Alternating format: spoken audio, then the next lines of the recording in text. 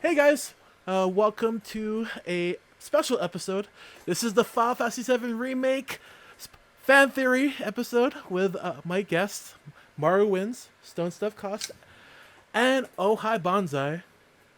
Awesome cosplayers. I love them to death. I had them on the show, and it was awesome that they came back for a Halloween episode that I am excited for.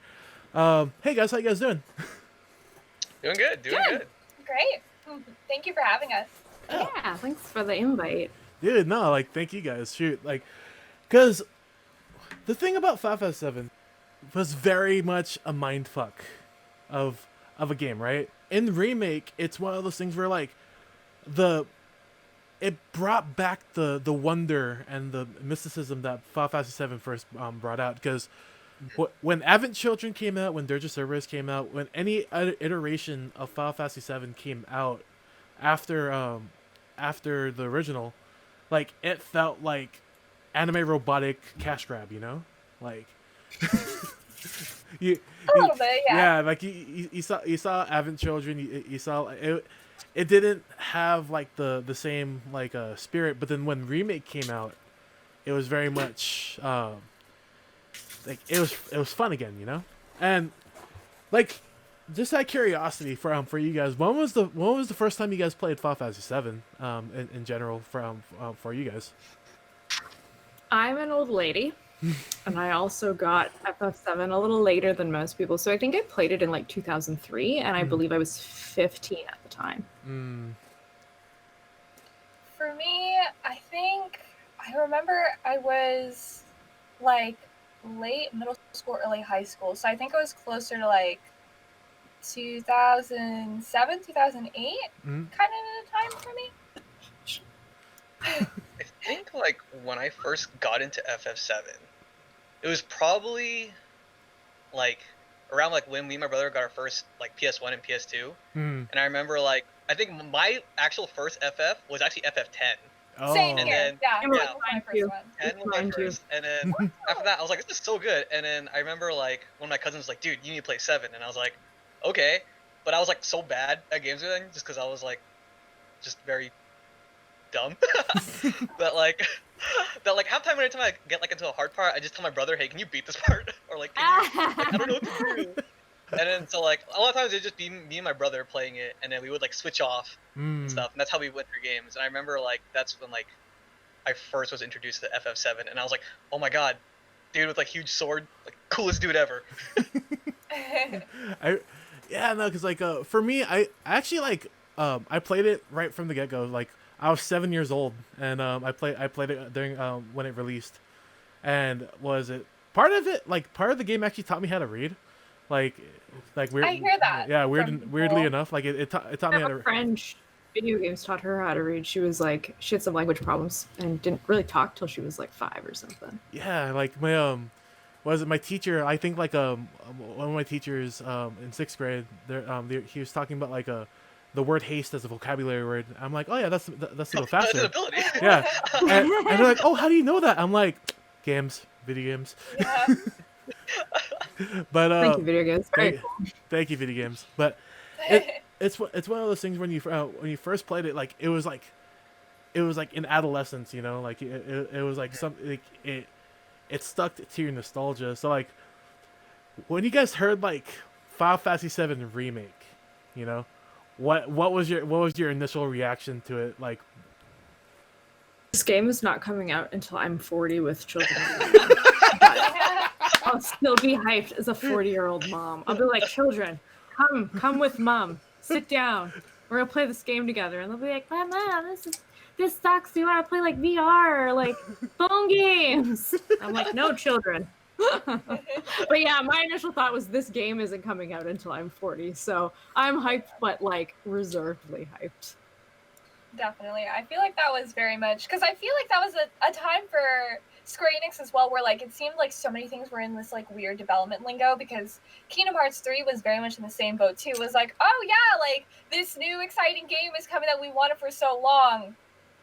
But that doesn't mean like just because it's announced doesn't mean it's coming out anytime soon. So it's like I Yeah. was very excited. Like I remember seeing like the new trailer and being so impressed. Like, even because the trailer that they had seemed to be just kind of like a rehash of like when they did that tech demo when they redid the train sequence, the if I remember PS3. correctly. Yeah, for PS3. Yeah, and it looked so impressive, and everyone's like, "Oh, this would be so good to be like remade." And it's like we were teased for so long, it was just kind of like a, you know, you were just kind of like, I'm prepared to wait however long I have to, and whenever it comes out, it's gonna be the greatest thing ever, however long that may be.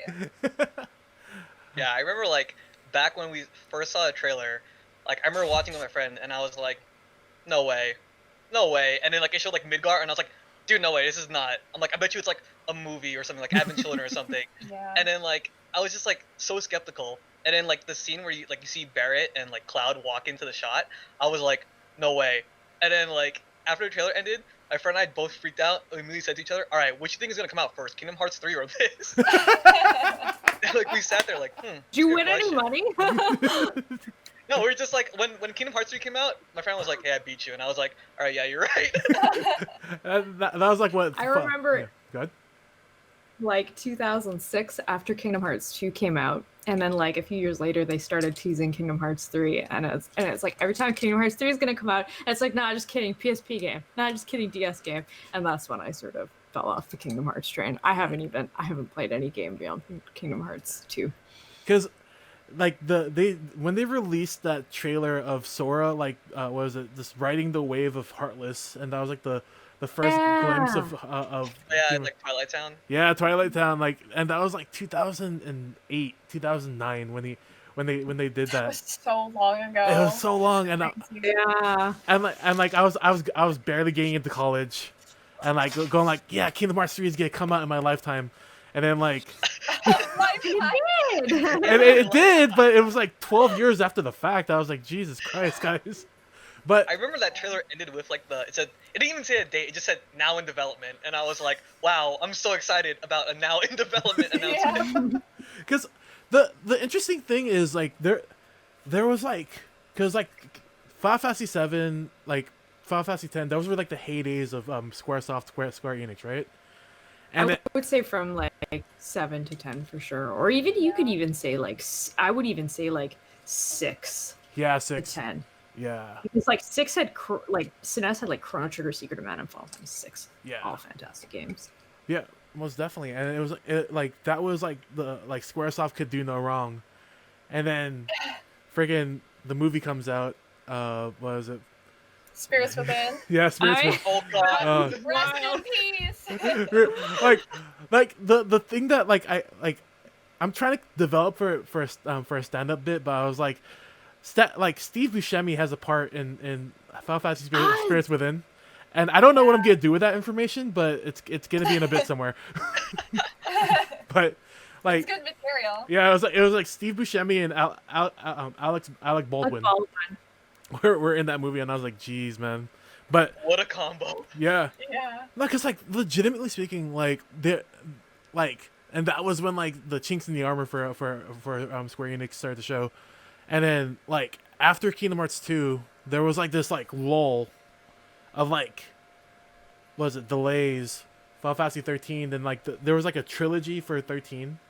It was, like... Yeah. It was, like... And Final Fantasy 15 was supposed to be part of the 13 universe. Yeah. And, like, I remember, like, really early trailers showing sort of that.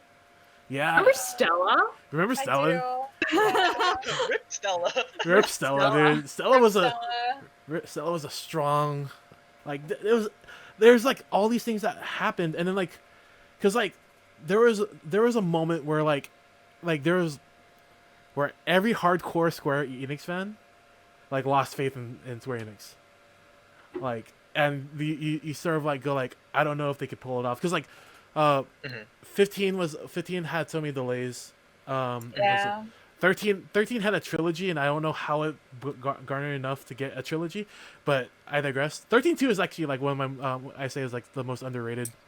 I hear that some of the sequels for 13 can be kind of like, they're actually like really good, but they get swept under the rug a lot. Exactly. I never played them, unfortunately. Yeah.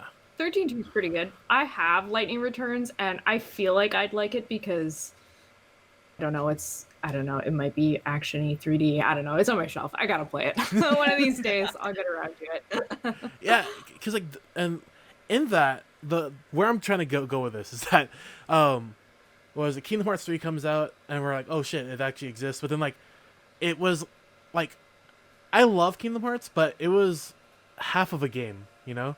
Like Yeah, I feel that. yeah, like it tied up loose ends, but like as far as a full on game went, it was lacking, especially for that time in the generation that game it came out, right? So like with all that said, there was a lot of things going against Final Fantasy 7 Remake's like release. You know, you're not really like on board with the Square Enix hype train. You're like, I don't know if this is gonna be good. Like there's like a moment where like Crystal Dynamics like got swapped out and everyone's like, oh shit, this game's gonna be delayed another 10 years, right? Mm-hmm. But it releases and it's amazing. Like yeah, there was definitely a lot of hype like riding up to the release, and people were so skeptical because it's hard with a game as legendary as Final Fantasy VII, but it was really phenomenal in my opinion. I thought it was they did a really great job. Yeah. I remember like when what's it called? Like when it was first announced and they were talking about all the details of it. I remember like when they first said, "Oh yeah, this is only the Midgar section of the game." I remember like a lot of people were kind of jeered about that, kind of like, wait, what? So we're not getting the full game? So how are you going to turn like 45-minute section into like a full like 6-hour section into a 40-hour game? Well, you're going to walk through a lot of hallways and walk through a lot of exposition. It's like, also we took out the elevator in Shinra Tower, so now you have to walk up the staircase. But I remember when it was announced, it was actually being done like out of house, sort of like what Blizzard did with Warcraft 3 Reforged. So they were going to outsource it, but then they brought it in-house, and I was so happy when they brought it in-house. I was like, oh god, good, it's in-house. That means they'll have more control over everything and they can sort of fine-tune, because when stuff goes out of house, it kind of doesn't have the same sort of feel. Like with the Demon's Souls remaster, that's not being done by From Software, it's being done by the same company that did the Shadow of the Colossus remaster. So it will be good, but it's not going to have the FromSoft like signature FromSoftness. So when a game is in-house by the developers that created the original game, I'm like, all faith is restored. Yeah.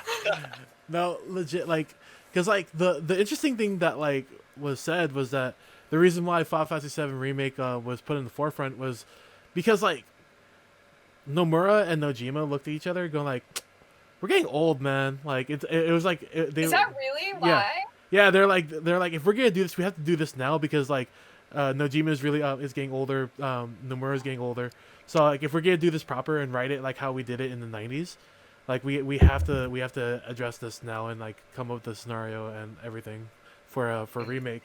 So that was like one of the big catalysts of why Final Fantasy 7 Remake was put in the front queue of Square Enix. And I dug that because like I love how they wrote it as the characters in the 90s, because not to bag on Advent Children, Dirge of Cerberus, and all those games, like I like Crisis Core, but then it was like, oh god, like, heart. I love Crisis Core. Crisis Core is great, and Zack is a really good character, but it was like Zack was a really good character in like an anime like over the top world that he's like, what the fuck is going on? Why are you guys so weird?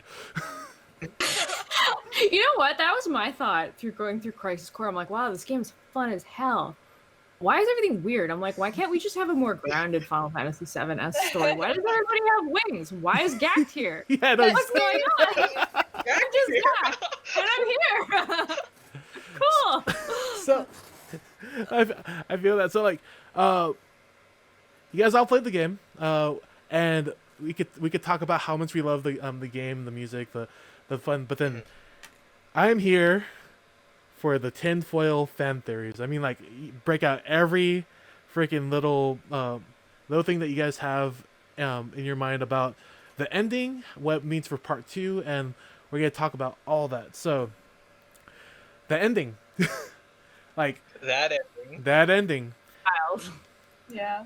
Like how like Maximilian Dude is someone that I watch like religiously when he was playing Final Fantasy VII Remake, but like, and he always like describes the different levels of like madness that the Final Fantasy VII Remake like subtext brings, like from like a level of like 1 to 6, 6 being like absolute bonkers, like to like 1 being like base level. Like, where are you guys like in thinking of like the subtext for Final Fantasy VII Remake in general? Oh boy, man, I want to say like I want to say a solid. Okay, if you say 6 is the top, Yeah. I want to say maybe like a 3 or a 4. Yeah. Probably around there. Just because I mean, like with the concept of the ending and like where it could go, I'm just kind of like, all right, well, this is super open to possibilities now, and like there was just so much stuff thrown at us like at the end that like I was kind of like, wow, well, I legitimately don't know what's gonna happen at this point, because my original thing before we like even knew about the ending and all like the ghost and like the whispers and stuff was like, all right, cool, so we get to Midgar, they leave Midgar, and then you go on your merry way and you get to the overworld and all that stuff. And then once this happened, and like at the end of the freeway and like you go through like the portal and like fight Sephiroth and stuff, I was like, okay. And then that ended, and then they went back and we had the cutscene with Zack and everything, and I was like, oh my god, he's what? Like dude, I saw that scene, I was like, oh my god, this is like shot for shot Crisis Core, like legit. And then at the end he was like leaning on like the Buster Sword, and I was like, oh god, he's gonna get shot right now. And he was like, I did it? And I was like clenching the whole time. I was like, no, please don't do this. Don't give us hope. And he leans away. He's like, Cloud, you see that? And I was like, what? You're alive? Okay, this is like gonna break the space-time continuum or something. And like just seeing all that and like everything that occurred, I was like, okay, so are you trying to do like some multiverse theory stuff going on? Like, what is happening here? And it's just completely not what I expected. So I was like, I thought I was gonna know what to expect for the next, part of the series, for Remake. But now I'm just kind of like, oh my god, this could go so many ways now. Like, I don't know what to expect, and that's kind of cool, like in a way. I think the ending is sort of a justification for the developers to say, "F you, it's our story. We are the masters of this universe. This is our IP. So herein lies our license to do whatever the hell we want." Now, that being said, in terms of marketing and appealing to fans, because like there's always an argument to be made, like, is it the art itself that is worthy of being art, or is it the fans that make the art worthy of being art, I guess. So my theory is it's a big fake out. They're gonna change some things, like maybe like how you meet Yuffie or how you meet Vincent or how you meet another optional character, or like maybe the order things happen in, but the broad story strokes I think will be the same. Just because like I don't think that it would be a good decision to really change the story. I can just see the chair and the board going, oh, good dog.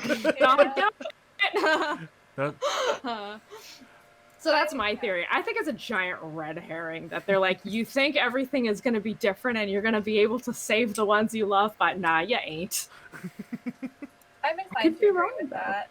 They definitely, like threw a lot of things out. It definitely does seem like they do have some multiverse stuff going on. The biggest evidence that I saw in support of that, which I think it's like fairly common knowledge, is what's the dog's name? Stamp.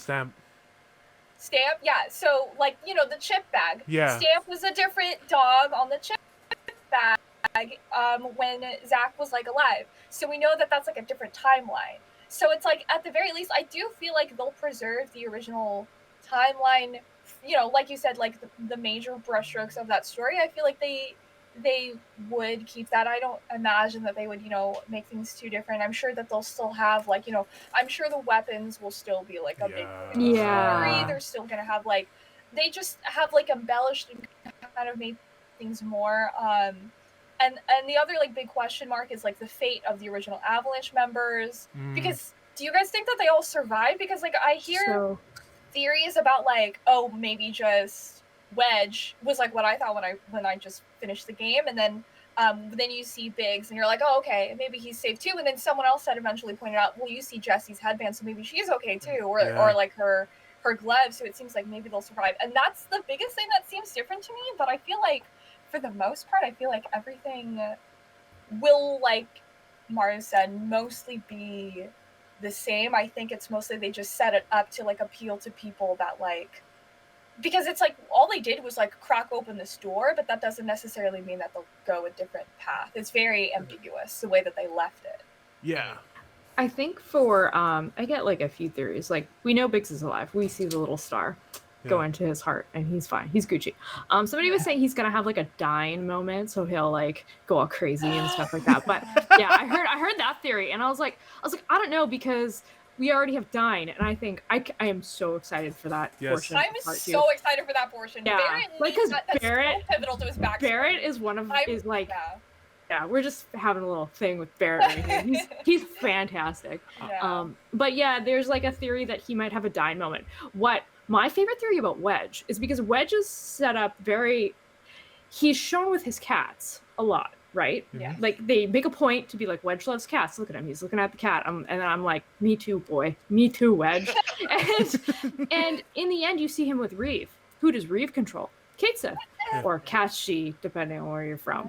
But so there's a theory floating around that if Kate Sith is not riding Red 13 a la Advent Children to do his moveset, Wedge will be Mog, and Reeve and Wedge will work together with Mog and Kate Sith. Yeah, which like I thought that made perfect sense because of the cats, right? That's perfect. I love that. I just want that to be real. Yeah. You see Wedge just yeeting fucking dice onto the battlefield. He's like, yeah, what's up? He's just like, yeah. That's that's awesome, because I haven't actually heard that fan theory, which is really interesting. Like I have a lot of fan theories. I think I've gone into a lot in depth with like with Steph and Brian about this, and I actually did a couple things with you too, Maru. But Dying is like a character that I am dying to talk about. Like how I think they're gonna implement him in, but for that it's one of those things where like there is the idea of a multiverse, like there's a thing of, because here's one thing that I would laugh at if I saw this in the next Final Fantasy, is that like they in the Final Fantasy 7 remake trilogy, or however many games it is, like where Sephiroth is like, see these different timelines. He's like, Snap doesn't exist here, and like he would actually show you a pan of like of the PS1 Final Fantasy 7. Polygons don't exist here. Yeah, he's like, this is where I succeed, or something like that. But it's one of those things where like because like there's different things that they introduce, right? Like I feel it's a last ditch effort, in my opinion, for Final Fantasy 7 Remake moving forward, is to make the different things that came after Final Fantasy 7, the original, before Crisis, Advent Children, Dirge of Cerberus, Crisis Core, those four, and then maybe like Nojima will take some inspiration from the novels he's written between like the end of the original game and Advent Children, like the On the Way to Smile, and like the Turks, the Kids Are Alright. Those anthologies, and they're gonna cram it into Final Fantasy 7 Remake in some way, shape, or fashion. Kyrie, right? Yeah. Or Kyrie and Leslie, right? Yeah. They're from the novella, the Turk one, The Kids Are Alright. I think that's what it's called. Exactly. So there's that. The one that like I'm sort of like banking my theories on is actually like On the Way to a Smile, Aerith's story, because it talks about how Aerith would be in the live stream and like and be communicating with the world, and like she would run into people that died in the story. So she runs into Biggs, Jesse, and Wedge. She runs into Dyne. She runs into Hojo and she runs into Shinra, and she also runs into Zack. And how they interact and whatnot. The one theory that's like super out there, but like I believe is real, is the fact that Final Fantasy 7 Remake is a direct sequel to Advent Children. Advent Children specifically? Yeah. Because in and it's like shot for shot, like is it Maximilian dude explains this a lot better, but it's definitely like it explains why Aerith is so cognizant in Final Fantasy 7 Remake, is because she knows the events of the original game and Advent Children, and why you run into like Lotus Kadaj and like fuck, I forget what his Yazoo. Yeah, at the end. Yeah, like I subscribe to that idea that like Final Fantasy 7 Remake is a direct sequel to Advent Children, and that it's a chess match between Aerith and Sephiroth. Sephiroth. Yeah. Yeah, I agree with that. I subscribe to that one too. Yeah, she and Sephiroth have like they're very parallel. I know in the original game, like just back when they were designing the characters, and even if you look at original artwork, they have a lot of hair and eye similarities. And I think at one point, like they were supposed to be lovers or something like that, and it got all changed. But yeah, they're very parallel to each other. They're both playing 4D chess while everybody else is like running around. He's like everything Aerith says is relevant. Yeah, and like means more than what she says it does. There's one cool fan theory is that like when Aerith like if you play the game again and you listen to Aerith's like dialogue, like it's her, you could it seems like she's talking to everybody in the party, and like she's talking to Cloud, but you could replace that with the that dialogue with the planet, like with her pleading with the planet, like in those dialogue moments. So if you like play through it with like her like saying those things to like the planet, and like the parallels it'll still like make sense. It'll still make sense. That's interesting. What? One other, like, I don't know, because I don't watch Maximilian Dude. Yeah. I think my friend like me a video and I'm like, this is not for me. And anyways, somebody else talked about a really interesting theory, because you said this was a sequel to Advent Children. Yeah. At the end of the original game, we see Red 13 and his little babies, and they're running, and all the humans are dead, and they're like on the Final Fantasy VII Pride Rock looking over at the overgrown Midgar thing. And the ending is not really good. It's like, it's not good. I don't think that's the message of the game. So Final Fantasy VII Remake is, as I'm sure you guys heard of, is a very meta title. Like, it can mean remake the story, like redo, reattempt. So maybe Aerith and Sephiroth are figuring out how to like make it so that Midgar is like Neo Midgar, Red 13 still has his babies, and we don't abuse the planet for, bad gains. Yeah. So maybe it's like we're trying to have a different ending than the original. So I haven't seen Advent Children in a long time, so I don't remember if they show that same ending at the end of Advent Children. It's just like Cloud riding through the flower field. That is the ending. Something that I heard was that Holy actually killed the planet. I don't know if it's like a theory or like an interpretation, but it was like the understanding of it supposedly was that like Holy actually killed the planet through like prolific growth or something like that, and like the shot with Red 13 overlooking Midgar isn't supposed to be like optimistic the way that like a lot of people read it as. It was supposed to be that like all of humanity died out and it's just like the planet left, because it's like a lot of people interpret that scene as like people have like cast off the machines. old way of life, and that they don't need like Midgar anymore. But somewhere, I don't know, someone was saying that like the idea was actually supposed to be like kind of the opposite, that like Holy killed everyone, and that's why it's like not optimistic. Because I know people were confused about like when they get that flashback at the ending battle sequence and they're like upset by it. Everyone's like, why are they upset though? Because that's in the timeline where they win. And people were saying that supposedly it's because it's the timeline where humans still, like the human race gets wiped out because of Holy, because of the planet like killing, like wiping off humanity as like the scourge. So I thought that was Oh. really interesting. I don't know how like applicable or like real that is, but like the Red 13 like final sequence there is definitely very murky and open to interpretation. I would definitely agree that it's not the good ending. Yeah. It's the we lost ending, but Red 13 and his babies are Yeah. y'all lost. It's like, but the puppies live. That's all that matters. The puppy's like, hooray! Hooray! I always thought he was more of a cat. Yeah, he's like some weird wolf It's like- cat. He's Like a, you Twitchies. He's he- a kitty. Yeah, he's like he, a hybrid. yeah, he's the original cat dog. You guys remember in the original game, you know Rufus's like pet? I always Yeah. thought that was a cat too. Maybe I'm just cat Oh, like crazy. a- But when oh. I found out it was a dog, my whole reality was shattered. I was like, Darkstar, yeah. Oh, don't yeah, do that's this fair. to me, Square. I thought those were weird panther things. But Ghost Square is like, no. Not I've- everything is a cat, Maru. As much as you think everything is a cat, not everything is a cat. Look, it's like, all right. So like going back to like how Holy like killed humanity, like it could, like the idea that maybe Holy caused geostigma, the thing that like was killing. Yes. Yeah. I always yeah, thought yeah. that That's part of that. Geostigma was like the negative life stream. It was like Sephiroth and Genova's corruption of the life stream. Mm. And in fact, That's supposedly what it was, I think, too.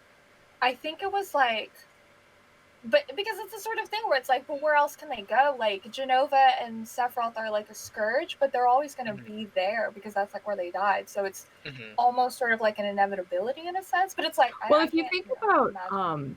Cloud, he has Genova in him, right? And Genova sort of draws things to him, to her, and she's associated with Sephiroth, and she often turns into Sephiroth, or Sephiroth turns into Genova. So that's probably why Sephiroth keeps coming back. It's why I think like Sephiroth's like, keep me in your memories, remember me, keep fighting, keep me alive. Your memory is what keeps me alive. And like the same sort of thing happens in Advent Children, right? Because like Sephiroth can come back because of his like his attachment to like Cloud and Genova. So Yeah. You know, that's my theory behind it. you know, so like, there's one key thing that like, so if we play with the idea that Zack is alive, right? Mm-hmm.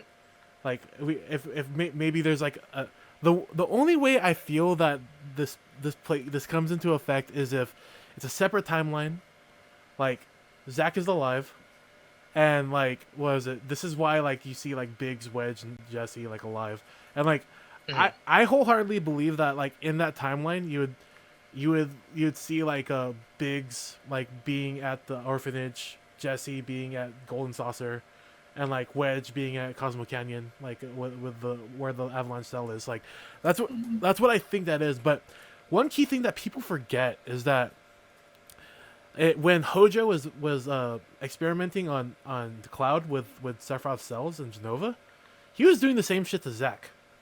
Mm-hmm.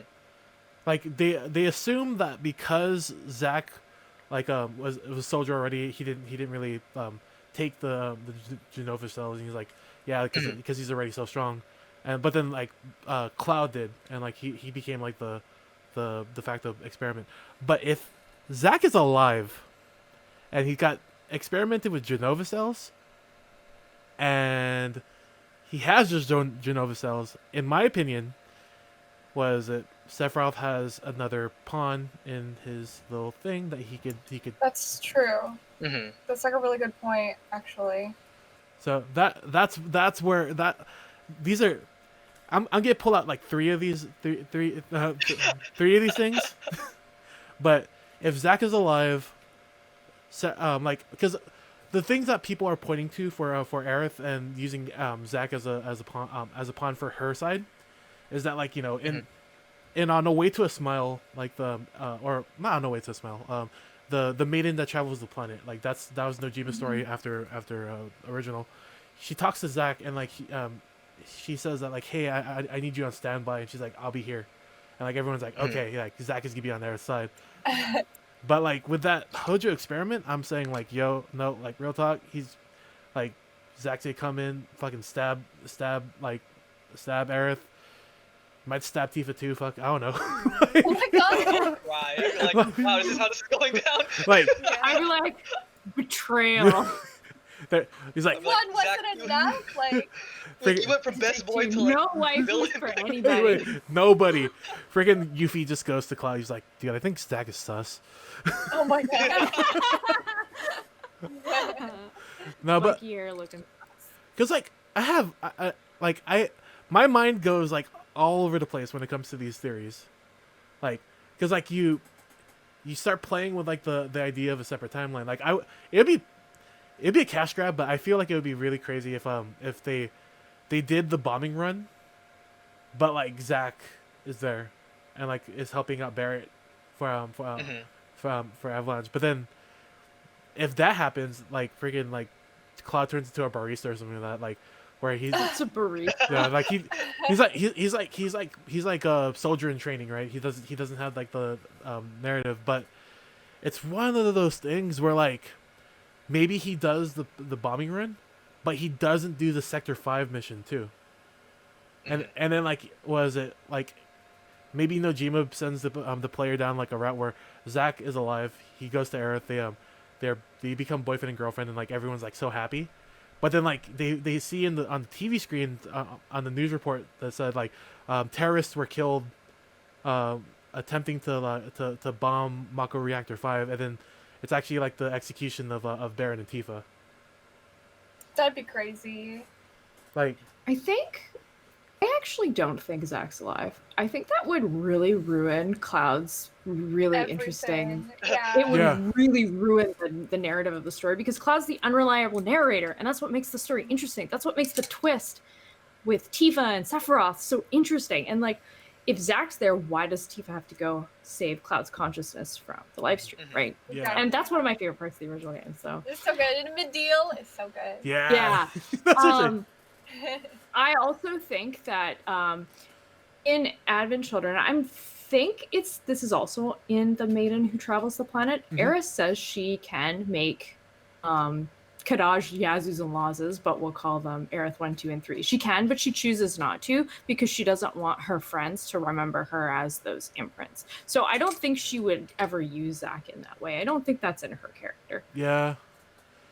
Oh, because I think the dialogue wasn't like I'm gonna use your body as a puppet. It was more like what was it like I need you on standby as like yeah, like it was very like it was very in character, like but then like I only say these things as like a what is it they're just like super stupid like tinfoil hat theories that I have that I'm like No, they're not stupid. like I put tinfoil is They're stupid. good It's all theories. fun and exciting. yeah dude Yeah, like it's us just contemplating all things that's happening right now, like with FF7 and like what could be, or what maybe won't be, but it's always fun to like think about it, yeah Sure. yeah because like it's crazy. It would be the thing of like you see like Zach and Aerith having fun on the beach of Costa del Sol, and like Cloud and Tifa, they're like they're interacting and they're having a good time. Then you just see a big ass meteor just come in and like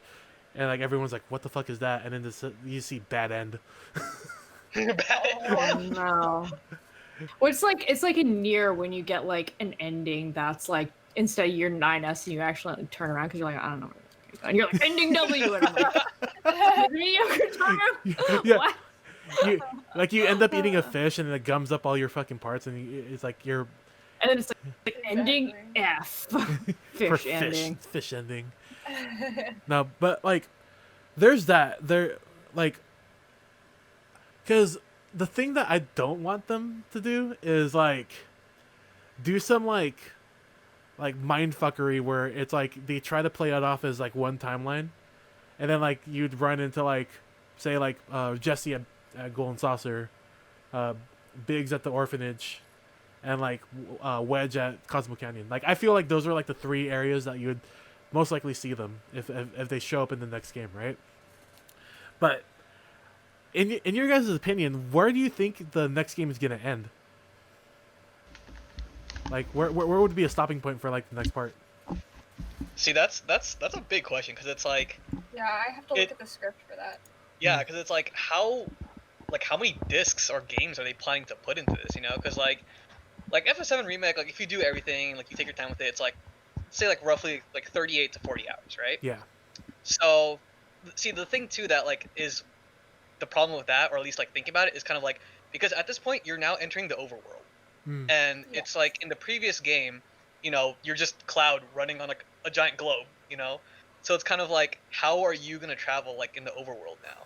Because I see that's the weird thing too, because it's like I feel like they wouldn't do your Cloud running like on like a miniaturized map, globe. No, That- that's that'd be- outdated now. That'd be hilarious though if it's just like if it's Would just it be like, you'd be like, you thought, but we were like, nah. For all You you, thought, but we like, did it original anyway. lovers, caught on the globe.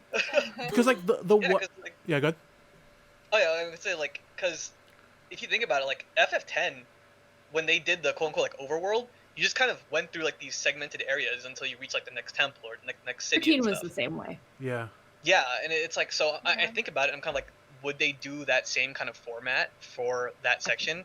In which case, it's kind of like, all right, well now you're introducing kind of a more open worldness to the game, which is going to increase the playtime, which is going to increase like how much can we encompass into this area, because it's like we have so much that happens like beyond that point, it's like you got like Dine's story and Barrett's backstory, you have like Golden Saucer.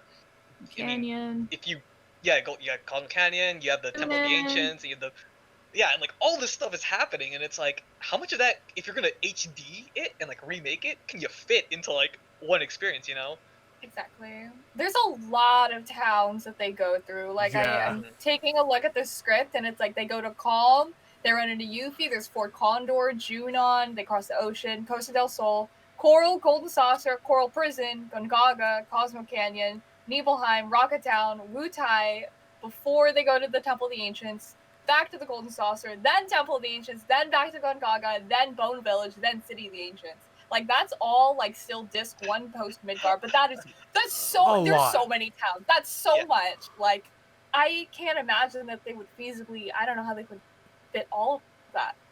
Mm-hmm. you see go ahead I think that it'll probably be like FF13, where when you finish like the arc or whatever and you get plopped on Pulse and there's that big huge open area and you can check shit out and then there's like branching paths. I would think that they would maybe do something like that, but Hmm. I'm sure that the developers will decide which areas to elaborate. Like Costa del Sol, you probably won't be spending 2 hours in Costa del Sol. You'd be like surprised. in terms of like dialogue, gameplay, Yeah. going through hallways really slow while we watch the characters chat with one another. As cute as it is, after a while, I'm like, shut up. Like, we want fast. Okay? This is not fun. My thought is that the best place narratively to end would probably be either the water altar in the Forgotten City or Yeah. the Temple of the Ancients. Just because, like, the way Midgar ended and the reason they sort of were shoehorned into putting that Pharah wacky Sephiroth battle in is because ending on the motor boss is very, very anticlimactic for a final boss. Yeah. It's not very Definitely. Final Fantasy. So they had to like do something. So at least if they ended in the Forgotten Capital, they'd have like a Genova boss fight, some emotional shit would just have happened. You're in tears and you're like, I gotta dodge the stuff, but I'm so sad. And it just would make sense narratively. But they've said that they either want to do like obviously one big game is going to take a long time, or they could do it in little parts. Mhm.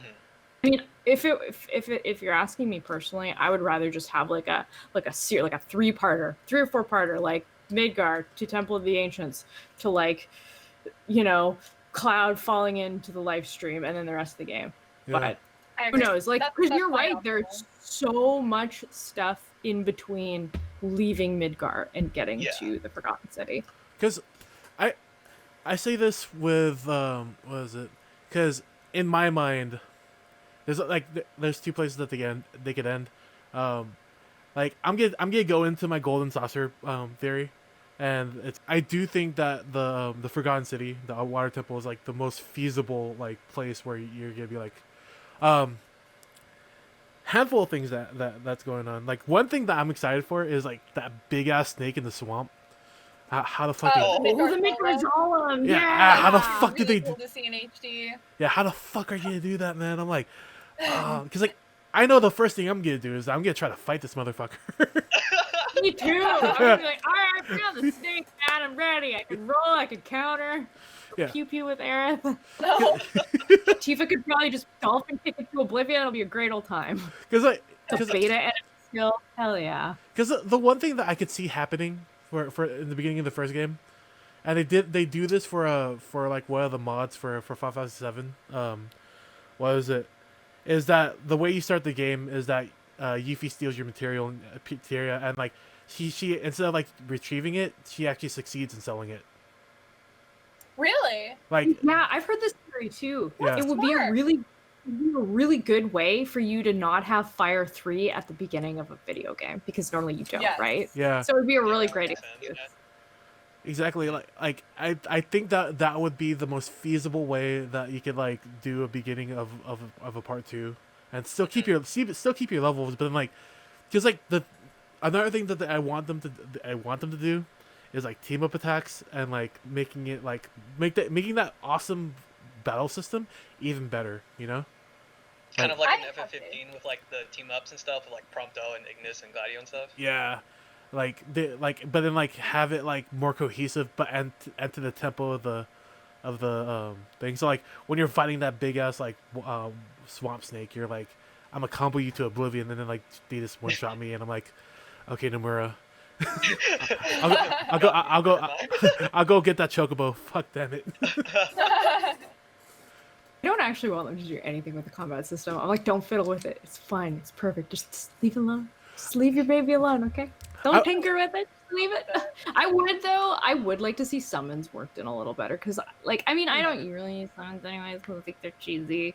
But, like, if they were worked in such a way where they weren't as grand and huge and more of, like, a mid-tier spell, and then maybe you could, like, level them up and make it better. And Yeah. you'd just be more inclined to use them. Yeah, I feel like it'd be cool if they like tiered the summons. Ah! You know, like I feel like Fat Chocobo, Cactuar, even just like Ifrit and Shiva are kind of like lower. They're still great, of course, because they're classics. But like Knights of the Round, Bahamut Zero are like the big guns. Yo. You know? Boy. Yo, fuck it. Yeah, they're big boys. They're like the big master summons, and it's like getting like a grand cutscene for them. Like, you know, how long is the Knights of the Round summon Oh, it's cutscene? long. You know, like It's it a was long so time. long in the original game. So I feel like it would make sense if they had like a grand scene for them, and like the other summons kind of got like scaled back. I feel like that'd be a really good way of like remanaging the summon system, because I do agree. I feel like they're a little too. I feel like they leaned on like 15 for that, and it was just like I didn't really vibe with that system. I liked how like in 10, for example, like when Yuna could summon like the Aeons, I was like, oh yeah, like I like how you could just kind of like swap them in, and you know they were just kind of like they were cool and they were like powerful, but I didn't feel like they were like super huge necessarily. Yeah, it wasn't like great game breaking. Yeah. I mean, it depends on like how much you could like level them, but from what I remember of it, I was like, it wasn't like too, because I guess it's just kind of like size wise, you know, like when you play 15 and it's like you summon Rama, and Rama's just like some giant old dude in the clouds. He's gigantic, like there's so much going on. I was like, that's like a lot of overkill. Yeah. To like randomly summon, and it's just like I'd like to see like a nice in between with like the summons. Yeah, I Yeah. agree. I thought the summons in 15 were like, oh god. I'm like, let me just grow through the system so I can finish this damn game. But yeah, I'd be really happy if they were like Final Fantasy X, where, you know, they were useful, and especially at the beginning of the game, the summons in Final Fantasy X are really useful. But as you get further along, they start becoming not that great. They're just meat. At the end of the game, you're doing post game stuff. They're just meat shields. Yeah. You're like, oh, Dark Bahamut's gonna yeet me into oblivion with Mega Flare. Better summon an Aeon. Valfor, get in there. You're doing great, sweetie.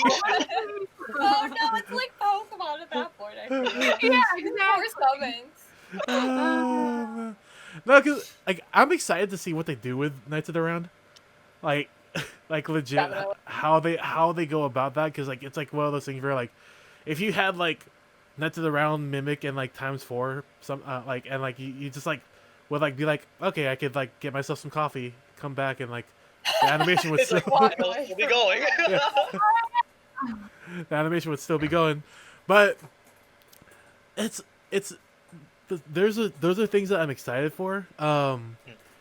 In my head, I feel that the different entities, before Crisis, Crisis Core, all those, they actually play a part. Like I feel like we're gonna run into Benora, in Remake for sure. But like, so are you guys familiar with Before Crisis?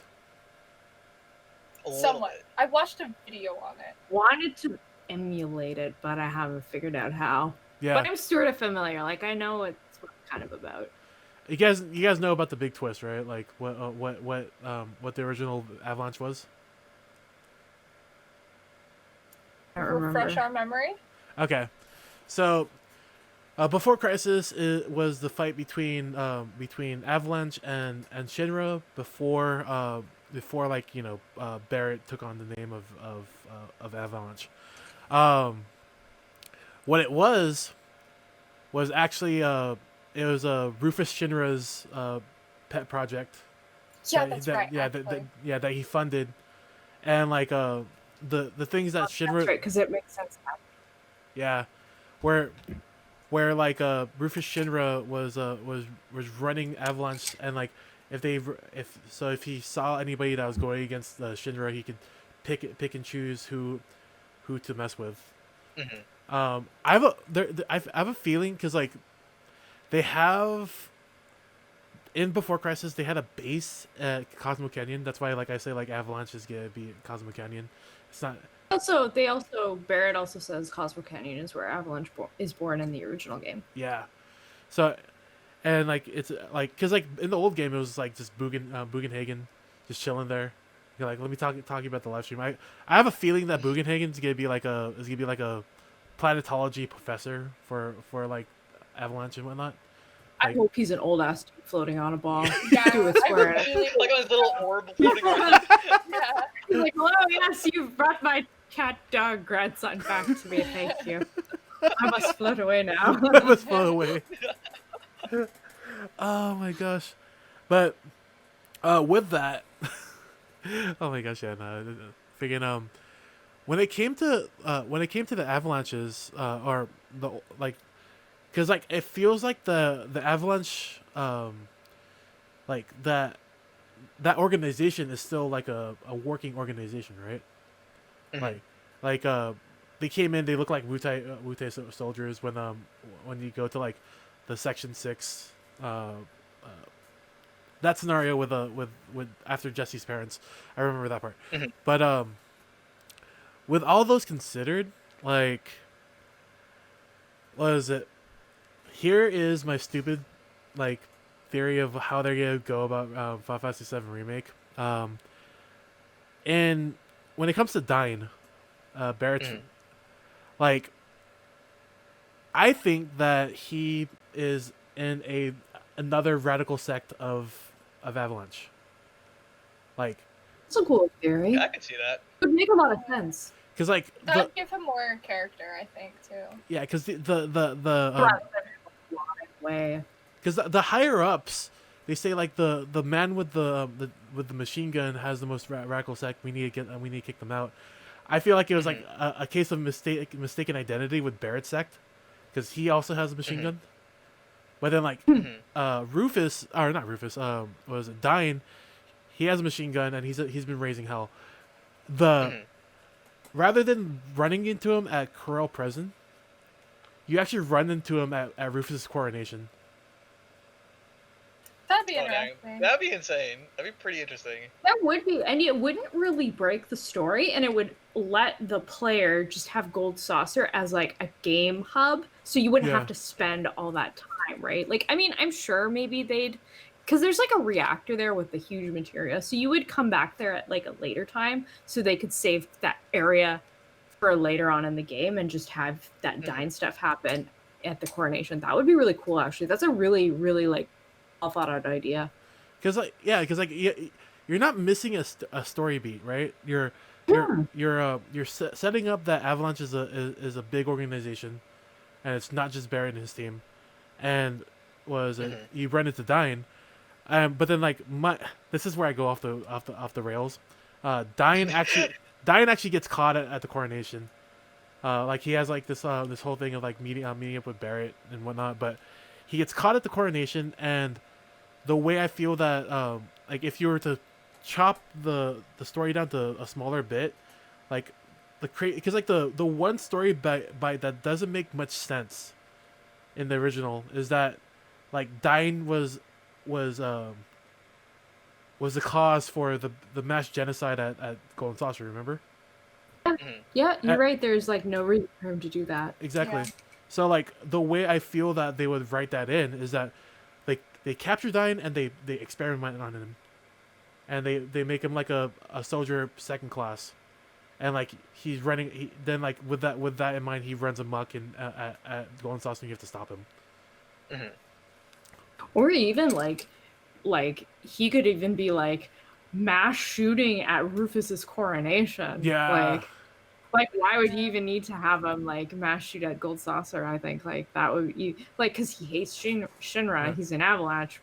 He has a perfect opportunity to like raise some hell. So that'd be really cool. Like that's a good idea. I like that. I hope they do that. I hope they're listening. So I'm like, yo, Are you next? yo, Nojima, holla at your boy. No, but like, it's I'll at you, boy. because like, all right. So when it comes to remake, there's a handful of things that are there from that the original story didn't have. One of which is the Aerith versus Sephiroth chess match. Like that's in play. One of the big story beats in the original was that Aerith actually was seeking out Sephiroth because like she thought he was a fellow ancient. So that's why she goes to the Temple of the Ancients to find Sephiroth, because like and splits away from the whole group, and they're like, oh, what the fuck, like there's a couple story beats that change in the remake. That one story beat changes. Another story beat that I feel changes is that I don't think they play up Cloud being a unreliable narrator for much longer. I feel like they call him on his shit at Calm. I don't think so. Really? I don't think that would. Because I feel like because you can't just think of that unreliable narrator part of Cloud without thinking about Tifa and her arc, because her arc is about finally being true to herself, her memories, and Cloud, and like in helping him regain who he really is through the live stream. She also grows as a character. And I think by calling Cloud out on his unreliable narrator bullshit, it kind of ruins that arc. And I think, like I said, it's one of my favorite parts of the game, and it wouldn't be very good for Tifa's character, so I don't think they would do that. It's the same kind of reason they don't want, like, I don't think Zack would be alive. I actually think Zack probably died differently. And like you see when you're Barrett Dirge of the Cerberus down there, there's like a part where the ghost comes out, and some people are like, well, maybe that's like Zack's body or some shit. Oh But yeah. Oh yeah, no, because like that's another thing too. Like is like, what is it? The underground lab. Like they actually explicitly say in like in the logs that it's a deep ground. Deep ground. Yeah. Yeah. Deep yeah. ground. That's what I thought. I was like, Kevin, we're playing Dirge of Barrett now. We're playing Dirge of Barrett. Dirge of Barrett. We were shooting boxes and aliens, and it was underground, and there was these weird experimental aliens, and it was a good time. Yeah, no, like, because like the behemoth that you fight there is actually like, I feel like that's like the prototype to like Azul in Dirge of Cerberus. You want to know some weird fact that it's Azul's model in Dirge of Cerberus is the same model of the same skeleton of the behemoth models in Final Fantasy 13 and 13 too. Really? It's the same thing. Oh wow! Yeah, you just look at them and you're like, I see you, lazy developers. I see you.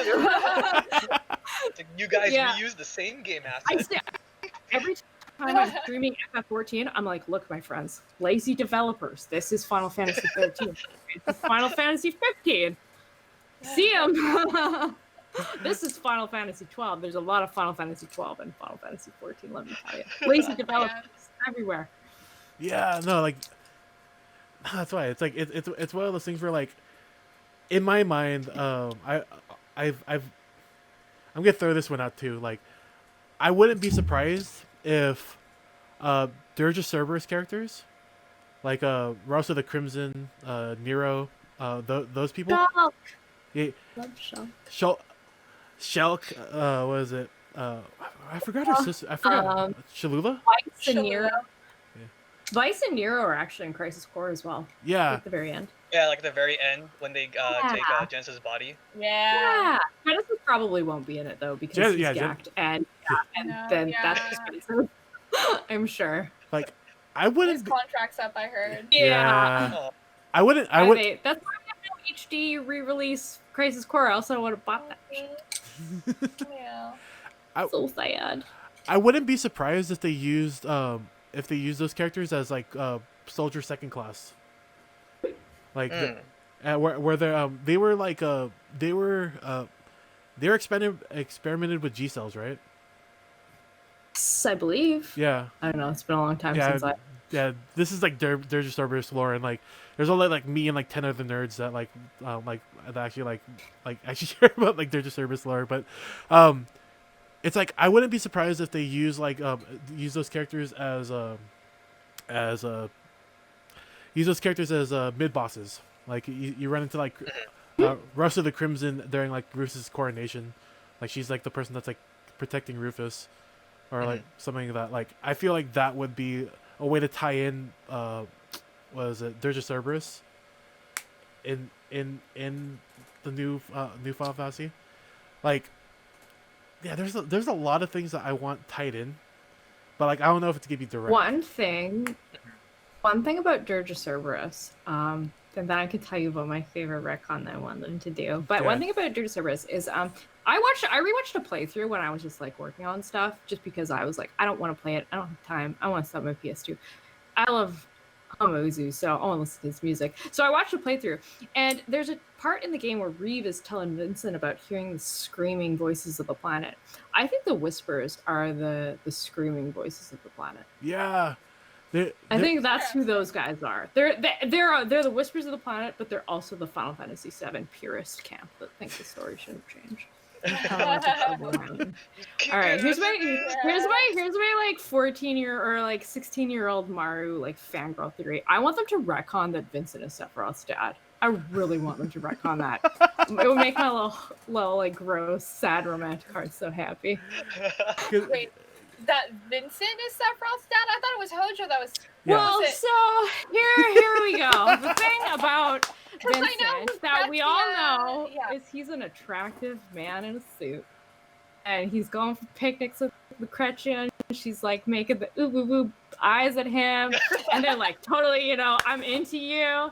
So why would she like? They're probably sleeping together on the side. I mean, like, is you're horny? Vincent's hot. I mean, they're probably sleeping together on the side. So even though she marries Hojo, or like starts sleeping with Hojo or whatever, maybe she's already carrying Vincent's baby, and maybe it's not Hojo's baby. And maybe Hojo finds out, and that's why Hojo takes the baby away from Lucrezia, because he's like spiteful that it's not his child, and he wants to be weird and experimental. But I don't know. That's just like my dream retcon theory that I want them to retcon. Vincent is down for it. That's yeah, because I'm like a weird like lovesick 16-year-old girl deep down in my heart. Same. And I like suffering. Like, oh, everybody's suffering. This brings me so much joy. What are some things that you guys wish they could they would write in for remake, like how Maru said, like, Vincent is Sephiroth's dad. I just want Cisne.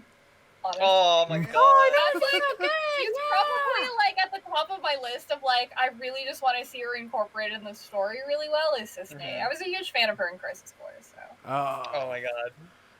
Yeah. Yeah, like I remember like playing Crisis Core, like every time like when Zack was running away and stuff, and then like Cisne, Cisne just don't do this, and like she like low-key like helps him God. I was like, you're too good for this world. Right. Oh my god.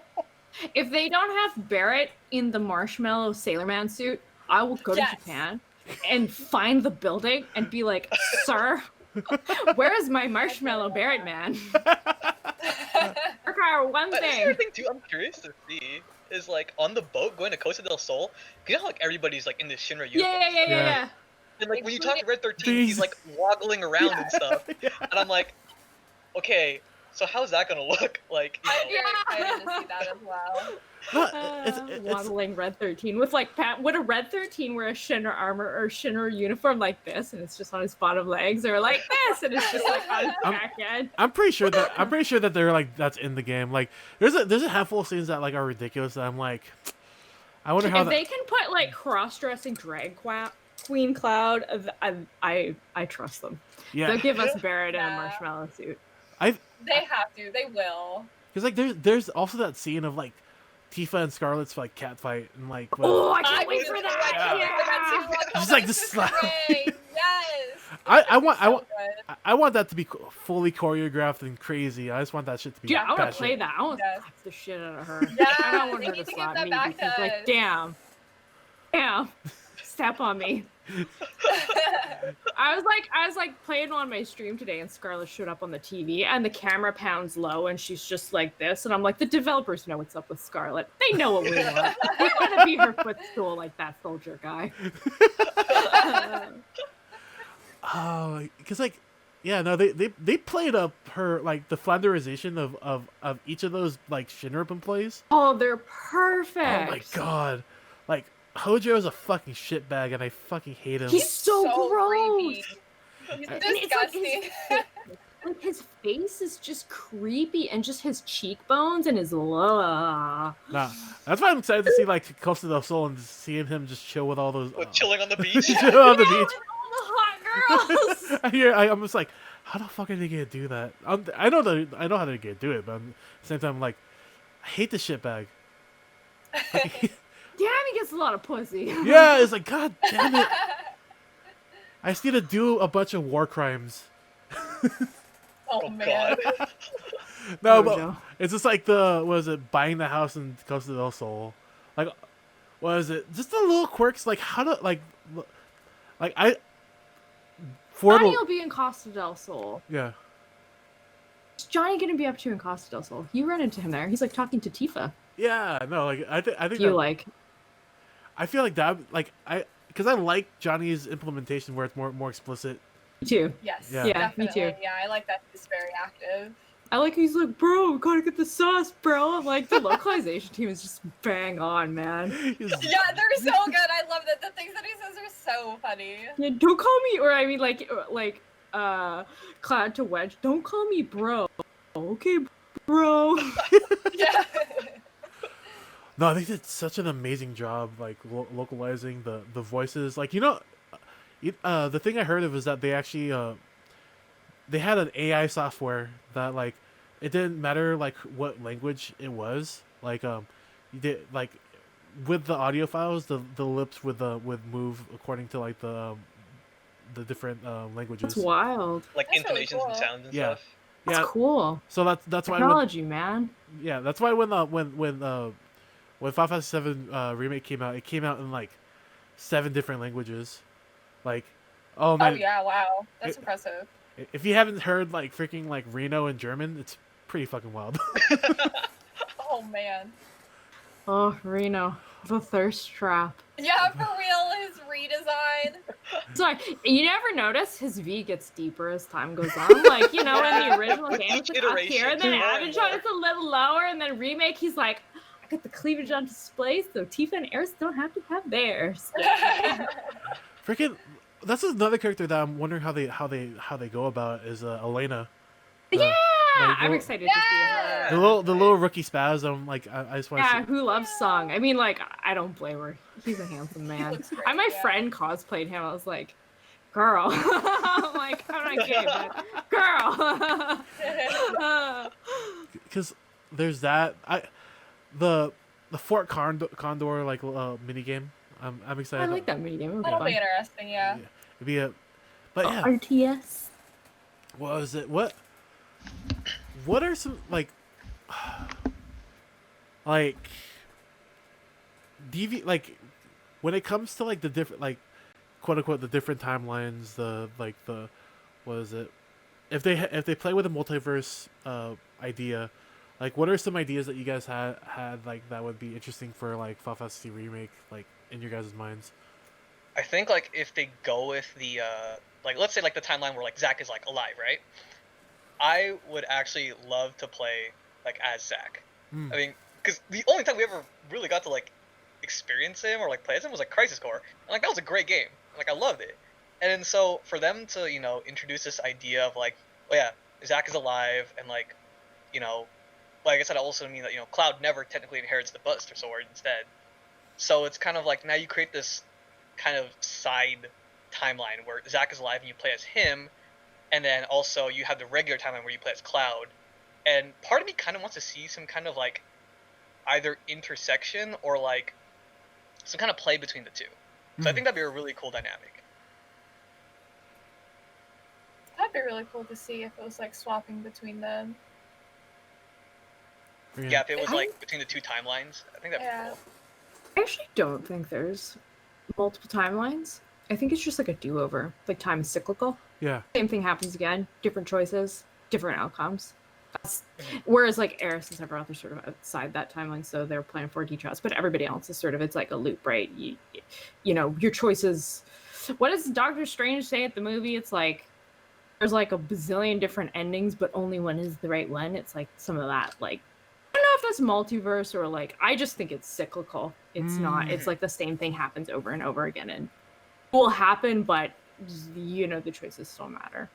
I feel like it'd be really, sorry. Go ahead. I feel like it'd be, the thing that like makes me very, what I'd be interested to see is like, because if Zack's like alive and he brings Cloud back to Midgar, like what does that mean for, like, will Cloud still have his like dissociative identity? Will Tifa, like, she'll recognize Zack because of like Nibelheim? Who's gonna fall through the roof of the church? Will it be Zack again? Will it be Cloud? Like, what's going to happen? Those are my questions. Like, I'm gonna fall through the roof. No, I'm gonna do it. It's like, I know her already. They're all just like swords clanging against each other as they're falling Dude's down. Like, fucking boys. Yeah. They're just trying to omni-slash each other. You're like, what the fuck? Oh. It's like, no, I'm gonna fall through the roof, not you. Get out of here. Get out of here. Because the one thing that was really interesting with before it was 15, it was like Final Fantasy 13 Versus, like with Noctis, was that like Nomura was playing with the idea that of dreams and like how they're not real, but then like he started playing with the idea that like, because like if you played Final Fantasy 15, there's a moment where like Noctis was was swinging away, and then like he actually like knocks Prompto off the train because he thought it was that stuff, that was actually like from the like the old idea that like Noctis doesn't know when he's dreaming or not. Like that was go with his like name, right? Like Noctis, the night, insomnia, like to be awake. It and like he sleeps in the crystal for 10 years, so having like the theme of like him not knowing whether he's awake and dream would really lend itself to the story. I never noticed, actually. I was just so not enjoying myself playing Final Fantasy 15. Okay, so I never even noticed. Okay, so no. The only time I enjoyed myself was when the boys were being the boys. I love the boys. No, because like I want to rap a chocobo all day. No, because that idea was actually a Nomura idea when what's it, like, I forget his name, like when he took over the reins of Final Fantasy 15. Obata? Hajime Tabata? Sorry, Tabata. Tabata, when Tabata took over 15, he actually threw out that idea of Noctis not knowing when he was sleeping. Like, it just so happened that scene on the train was like one of the first scenes that they made, so they can't like throw it out. They gotta just delete it, But like in 15 in 7 remake, there's actually a handful of times where like Cloud is tripping out because of PTSD and Sephiroth, right? like the Nibel, like in the beginning at Midgar, like he's going through Nibelheim. Things are and Sephiroth is like just That's so bizarre. yeah. Yeah, like kind of I love walking that through the scene. alleyway and stuff. Yeah. Yeah. Also, Yeah. Like, random, oh shit. like random side thing was like, have you noticed that every time Sephiroth appears, they just like zoom in on his chest? Like, Dude, he's like, got every a time, great like, rack. I mean, like when Cloud turns around, he's just like there, and it's just like and he like looks up like, oh, it's I'd be like, hello, hello, Like because they know Sephiroth. okay, so like the other thirst trap. because like legit okay. Yes. The way I view Cloud and Sephiroth is that like I feel that like what is it? Cloud is like this like in like this really cringy like weeb that like pretends like he's like I'm gonna be the next Hokage. He's like Naruto running around, and then like Sephiroth is like the Giga the Giga weeb. the Giga Oh my weeb god. that like that My he son. The, where like ultimate edgelord. yeah. Because like that's how Sephiroth got to like that level of like delusion, is that like he got to Giga Weeb and like he looks at Cloud, he's like, you think you're a weeb? He's like, you think you're a weeb? You're not as much of a weeb as me. Like he has god tier total concentration. Yeah. It's The like, weeb in your heart. Yes. give into the weeb. So like the way I feel like they're gonna play with it in Remake is that it's gonna be more like the Nibelheim flashbacks with Cloud and like Sephiroth fucking with him, but like it'll be like the little things with like Zack, Jesse, Biggs, and Wedge, like people that they're like, oh, I thought you were dead, but then like because of the shared PTSD, that like whoever touches Cloud could see like Sephiroth.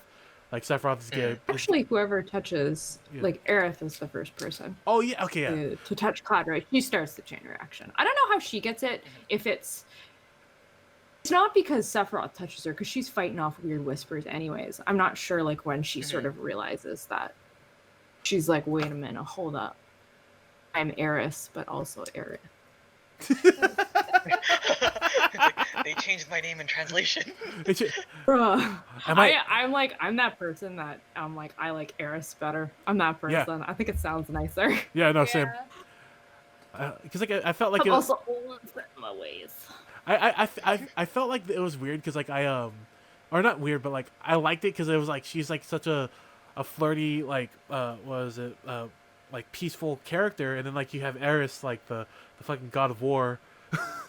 Aerith So is chaotic. I thought it was like the juxtaposition was like the thing that they were going for, but then I was like, Well, here's like the design idea behind like Aerith and Tifa, because you need Tifa to contrast. Like Tifa's outfit is obviously pretty sexy, right? Like Yeah. let's be real here.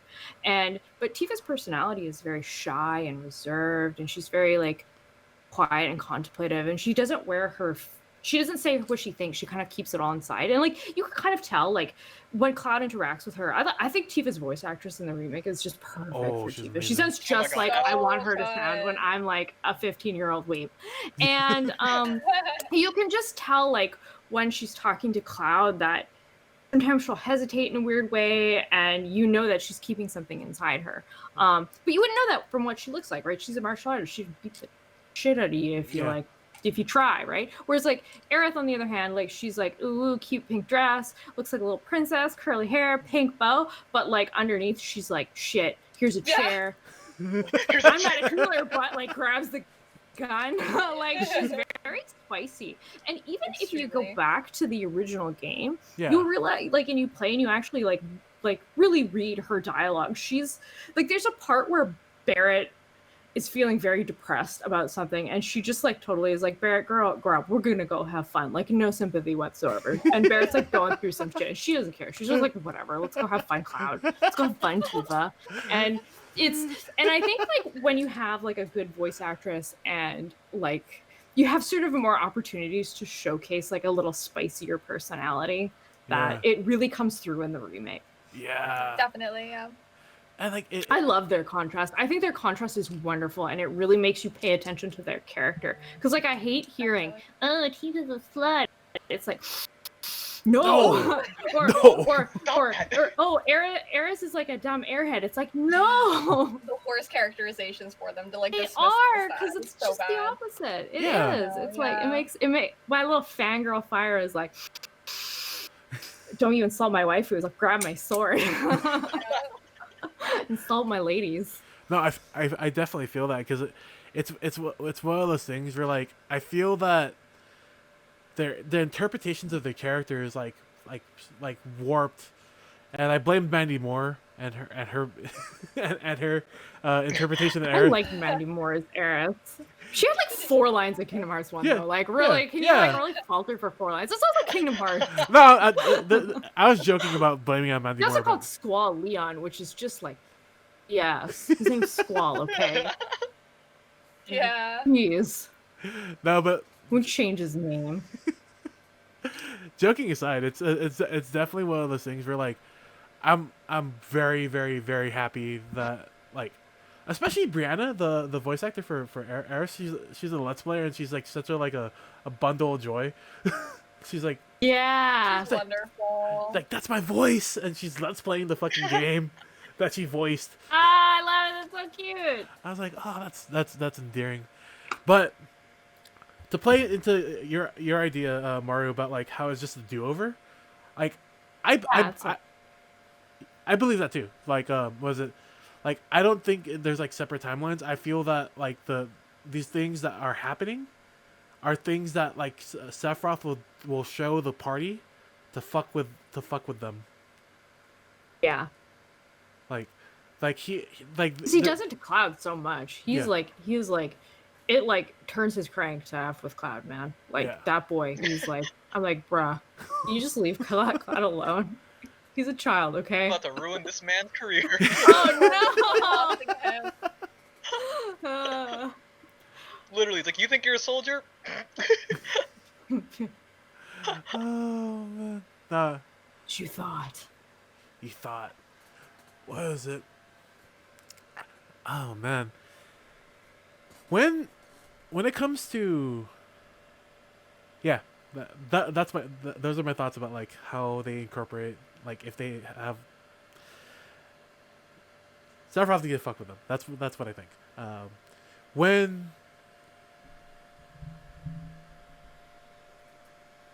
whew, wow, I'm a nerd, but at the same time I'm like still like figuring out topics to go on. What are you excited to see in the next couple games to like that you're like, I want to see how they do that.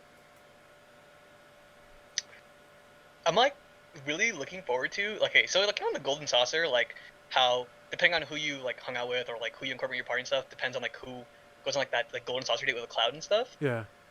So I actually like really want to see that, just because it's like it's a really wholesome moment, like depending whether you get like Aerith or Tifa and stuff, but also it's because like I don't know, it's a really cool break from like the story, and I feel like if they made it kind of like a mini game thing, I think that would be a nice like break from like the overall flow, just to like be like, hey, like, you know, It would be really cool if you could choose more than just Barrett, Aerith, Tifa, or Yuffie. Yeah, If you could go on a date with Sid. Yeah, Yeah. that would be really Like, take cool. the 13 on a walk.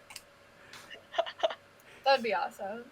Yeah, and that just like all the mini games like in like Golden Saucer and stuff, it's just like Yeah. we're finally gonna get to see that like in an HD format, and it's like, I yes, hope. it's still a mini game, but it's like I hope they get snowboarding Yeah, what you're outfits. I want to see Cloud in a I snowsuit. want them to have different outfits depending on the weather, because like they were like aware that it didn't make sense. Like Tifa, I'm pretty sure like outside Ice School Inn or whatever, if you talk to her, she's literally freezing. Like I Girl. want them to have different outfits for different weather. Yeah. I want them to have Yeah. like beach wear when they go to Costa del Sol. You know, like Ooh, yeah. I want them to have different outfits and just be, you know, like cute. And, you know, they have like the Shinra uniforms when they're at the coronation. Like, Yeah, exactly. I want Tifa to wear a snowsuit. I want her to have some pants and a jacket. She's too Yeah. cold, man. Exactly. Eris needs some Yeah, tights under give her her dress and maybe like a long sleeve sweater or something. Yeah. I feel that. Red 13 could have those little kitty cat snow booties or the dog ones when you walk in snow, so they don't get like snow on their paw. I don't know. I'm from Canada, so we have those up there for our dogs. Oh, that's cute. Uh, Oh, that's super cute. No, like, yeah. Plus, it's like different things to cosplay, right? Like, if That's true. yeah. Dude, if they like incorporate like the ability to actually change their outfits too, because like in Like in 15 Final you can Fantasy change like 15. everyone's Yeah, they outfit. had that, the weather aspect, yeah. Yeah. Like you can change like their outfits, everything, all that stuff. And then it's like, dude, if you could like maybe like as DLC or something, even like wear like their Advent Children outfits, I think that'd be pretty cool. Or like Somebody have like was their Advent asking Children me weapons. if, while I was playing the game, if I could have like the Advent Children outfits, and I was like, no. I'm honestly surprised that you can't switch Advent Children outfits. Or even if they redid like for Aerith and Tifa, for example, their more classic outfits, because I think Aerith and Tifa are the ones that really changed the most. yeah. Definitely, yeah. Or even just like alternate outfits, kind of like, you know, Noctis had like an alternate outfit where he had like a vest and a hat, because like they're really into fashion. Like the developers and creators of Final Fantasy are have always been into fashion. Like the bouncer, like you look at the old Final Fantasy VII character outfits, very similar stuff you could buy in stores in the 90s, like Sora's sort of hip hop influences. It's just like everywhere. They're fashion people. Yeah. Like I guess like with the LV and the Prada collabs too. And I think Noctis's outfit was done by a designer, and I know Vera Wang designed Luna Freya's wedding dress. Yes. Oh, that's awesome. Yeah. Because like I think they didn't give them different outfits for, because it was Midgard to begin with, and like it's like the fan base is so fucking like strong in their opinions about like keep preserving the original, that like I don't think they were like, yeah, let's make sure that like, you know, you have like different options for Cloud. Yeah, because I think it'd be really cool if you played as his like Shinra grunt outfit too. Oh yeah. Yeah, that'd be so cool. It's like Agree. freaking like or like Tifa's Advent Children outfit. It's pretty dope. I just too. make Barrett be like in his marshmallow sailor uniform. Like, Hell yeah. Yeah, dude. Every scene, it's like, this is his only outfit. Yeah. Or even Yuffie, she's got a couple different outfits. Like she's got the Dirge of Cerberus one, the Advent Children one, her original one. She's even got like an old artwork. She's got like a red sort of coloration of her outfit, where she's like a red top and her white is sort of red tinged. Tifa also has her alternative Amano artwork where she's got like that's right, where she's hair. red and white. Yeah. Wasn't this say? Yeah, they have like the different outfits. That's right, yeah. Because like all the I know Aerith hers is different too. Hers is like, it's like got puffy side sleeves and it's like a dress, and she's got like blue pointed shoes. It's like pink and silver. Yeah. This would be neat. Hire us, Square. We have like all these ideas. There's like an employee that's going through all the Final Fantasy VII remake videos. It's like, all right, let's take this idea. Yeah, taking down all of these notes. No credit, no paycheck. Yeah, he's like, just the satisfaction of being able to dress them up in game. Exactly. Yeah. What? Just as a side, like when was the first time you guys like cosplayed as like a Final Fantasy VII character? It was 2012. It was my second cosplay ever, and I was little baby Tifa. Oh. Because it was really easy to make. I've always been like an Aerith girl myself, but I like Tifa. She's up there in like the hierarchy of waifus, but her costume was just easier for me to make at the time. So I made Tifa, and it was like 2012. I'm like a giant Final Fantasy sim, so it was not a matter of like. Pardon? Huh? Oh, I thought I would talk over you, and I was like, oh no. No. Go ahead. You're good. I just said that like I wanted to cosplay Final Fantasy as like before I even knew what cosplay was. Like, you know, you'd always be in the store with your mom and you'd be like, "Man, baby, this leather jacket with the fur. Why do you need that? It looks like Squall's jacket."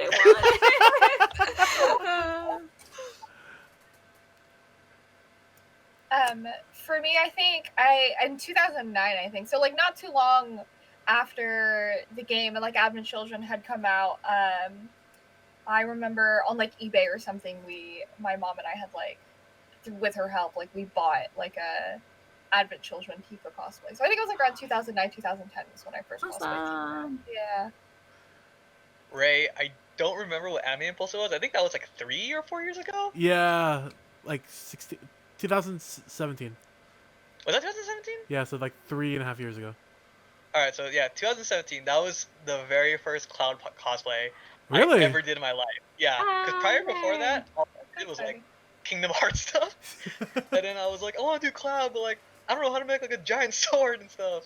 And then so like that Anime Impulse, that was my first time that like I wore Cloud, and it was Really? yeah. So that day when we did that video, that Yeah. was the first time wearing it. Did- That was my first like Yeah, FF. that's the whole thing. Wow. It's funny because like was it when I first met Brian, I was a videographer and I would just like grab random people from different fandoms and like would make them do like skits that I would come up in my mind. So like the skit I came up with Brian was that I ran into like I think they were like a couple. They did Ramona Flowers and Scott Pilgrim, and the skit was that like was it Cloud was one of Ramona's evil exes, and like Oh my Scott gosh. Scott had to fight Cloud, and like he's like he goes like him, I have to fight him. He's like, yeah, it's one of my exes, and he's like Brian comes in and swings his sword at Scott. Rip Scott Pilgrim. He's like Didn't stand a chance. you see him just get Omnislast out of existence. Yeah. It's like Oh no. it's like Omnislast and then that's the round with like 3 mimics. And you're like, how the fuck do you get the third? And he's mimic? just this little pile of dust. You're You're like, like, huh. Yeah, at that point. oh man, but I digress. Like, I'm just really happy that you guys were like super down to like come out and like be nerds about like this game. You know? Oh, absolutely, dude. Like, Anytime. I'm always yeah. down to be a nerd about this game. Now, It's better. I'm sure you guys enjoyed a lot more than Kevin does. He's just like, okay, Mimi, okay. And I'm like, but no, the tinfoil. the tinfoil, because like there's like a handful of things that I wish they do. Like I do wish that they do like material rollouts, like where instead of like you spend one ATB bar, right? And like I'm taking this from like an Easy Allies video, but you spend one ATB bar where you can change one materia in your setup. Oh, like mid combat, right? Yeah, mid combat. Say you go into combat and you're like, okay, I have fire elemental on this fucking sword, and like you're like, okay, they're strong against fire. Instead of like being miserable for that whole last fight. Like, Oh, yeah. You spend like Wish you could have done that for Hell House. yeah, no, for I know, real. I was just thinking the Hell House battle would have been so much easier with something like that. That would have been Yeah, so I was like- nice. Like normal mode, I'm like, all right, Cloud's useless. It's up to you, Aerith. Yeah. Carry this team, baby girl.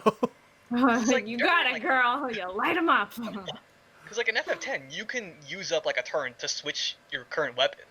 Yeah. Yeah. Final Fantasy X's battle system is like 10 out of 10. It's one Oh of my my God, Oh. favorites. Really It was like- good. I love it. Chef's kiss, so good. Like Yeah. Quick It's hit, like out of any turn-based combat, it's my favorite.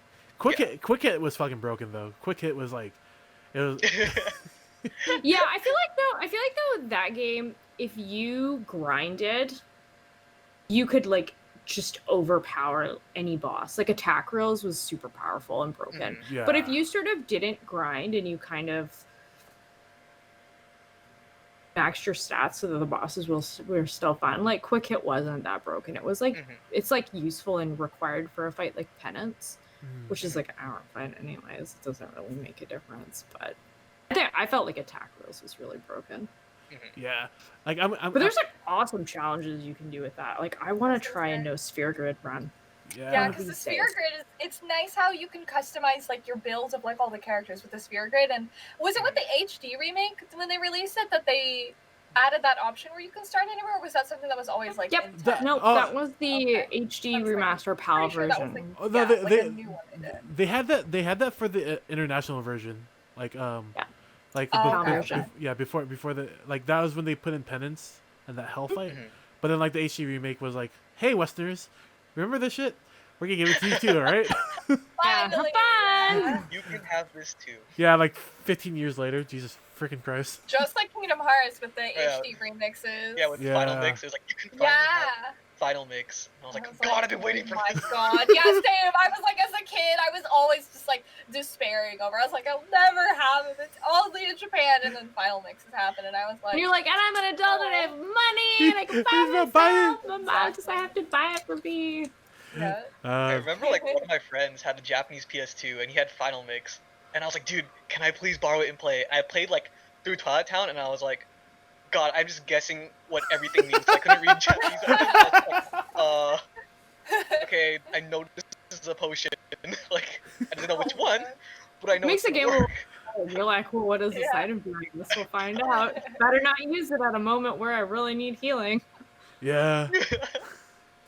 Not like, cause like they're to tie it to like 557, like there's that whole like thing that like the Final Fantasy 10 universe is part of the 7 universe, right? It's like the future. Yeah, like you see the Shinra like Easter egg in the In the Shinra building, yeah. Yeah. You see him in the front of the picture there. Also, I love that they made that into a fucking museum tour. Yeah. I thought that was Yeah. a really interesting way of like giving us that history. Mhm. Yeah, and it's better than like what they had before. It was a lot more interactive and fun, right? Rather than Yeah. like The fucking stupid, crawl through the vents and do the vending machine puzzle and open the Oh my doors. God, yeah. the fucking library bullshit. Like the like Yeah, like a Oh, the reading and password comparing. stuff, yeah. yeah, that was so. I love the inclusion that Domino was the Avalanche insider. Avalanche. Yeah, that surprised me really actually. cool. I didn't even like I was like, wait, what? I That's thought a the good inside point. guy was Reeve. It made a I lot guess of so. sense, like for his character. Like I feel like his character too also got that like glow up in a sense. Yeah. You know? Yeah. Dude, Reeve is like John Wick, man. He looks like John Wick. Yeah, for real. he's like the It does. Look at him and you're like, that's Reeve Wick. yeah Don't kill his Kate sis, because he'll come after you. It'll be a bad time. Oh my god. he's like the one normal dude in like a lineup of like absolutely Psychos. zany Yeah, psychotic. he's like, how did I get here? He's like, I just want to help the hood out, like. I wanted to help the hood out. I just want, I help my boys in this club. yeah, and then like everyone's like, do you need help like quelling the poor? I can lend you my army. He's like, bruh. Like, bruh, yo, he's like, don't worry about them dying. Well, like we're talking about salvation here, dog. We're talking. You know, one of my favorite details coming from like Vancouver, BC, Mhm. which is like a very beautiful city, and having gone to Los Angeles, is that I swear to God, the art direction team went to downtown LA and was like, "This is our inspiration for the slums." The slums remind me so much of Yeah. downtown LA. I'm like, holy shit! Yeah. It's like walking from your hotel to Anime Expo. You get the whole Midgar experience. Garbage everywhere. No. It definitely seems Oh, yeah. like that. Yeah, because like there'll be like friends that like would like fly in and they'll be like, "Oh, we're staying at this hotel." I'm like, "Which hotel?" Like they're like, "Yeah, it's only like a half mile away. We could walk." I'm like, "Half a mile which direction?" There's a difference. It's like this is very important for Oh, yeah. downtown. Yeah. Very important. Yes. Once like Kevin and I started to get more familiar with the Los Angeles area, we'd like go into Google Maps and be like, okay, which overpass can we avoid or underpass can we avoid? Because like under the underpass is just like tense and stuff. Yeah. We've Yeah. had like all good experiences, and like as much as crap as I'm talking, I have lots of friends in California in that area and I love it there, but human feces on the street sometimes is like, bruh. Yeah. No. Yeah. But Skid Row is a real place, and there's Yeah. there's I definitely, hate how it's so close to Little Tokyo. oh, it's right there. yeah, it's like right around the corner. Yeah, it's like Mhm. you're like in Weebville, then like you walk down one street and you're like, where the fuck am I? Yeah. Yeah, it's like Weedville and then like the post-apocalyptic nightmare, and you're like, what is going on? You know, They look like fashion district. yeah, you know, the sad, Yeah. you know the sad thing about it is that like a good chunk of Skid Row is actually the toy district. It was Oh, really? Yeah, I didn't that- know Really? that. yeah, that's that was the toy district, but then like a lot of those manufacturers like moved from there, and they're empty warehouses, and so like Ah. they Really? yeah, so like because like the toy district and the fashion district are where like the big concentration of like where Skid Row is. But ever since like they relocated those factories elsewhere, like say China or like or Mexico or whatnot, like they it became vacant, and yeah, you still get fabric for freaking cheap as hell though at the fashion district. Yeah, well, not when you're paying U.S. dollars and the people there are haggling you, and you're like, I don't know what to do. I went once and I was like, nope, can't do it. These people are haggling me, and I'm just a small girl. Having a hard time understanding what you're saying. My little Canadian dollars. I'm like, oh, don't go very far here. But it's crazy because like. Yeah, no, because like thinking about it, like yeah, no, I like how they the disparity between like the slums and the upper plate, because like Definitely, yeah. I've always wanted to know what the upper plate looked like, and it's like it feels like Midtown New York, you know, like it's actually a really accurate way to describe it. Yeah. Like today I learned, I'm like, wow, everything is like cozy and European with the little houses and stuff. It's so cute.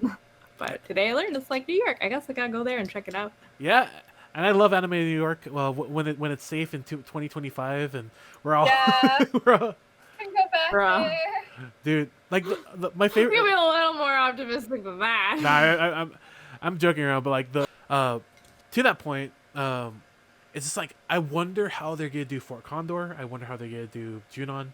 I wonder how they're gonna do that damn swamp, because I just want to like see like the giant silhouette of a snake just slithering through. Yeah, and like how you're gonna run through that like snake infested water with your chocobo, and like you're like, run, buddy, run. Also, too, because like remember, like you have to capture the chocobo first. Like there's a whole mini game. Like, do we have to go have a random encounter again, or do we just pick it up at the ranch? Like, I bet you just pick it up.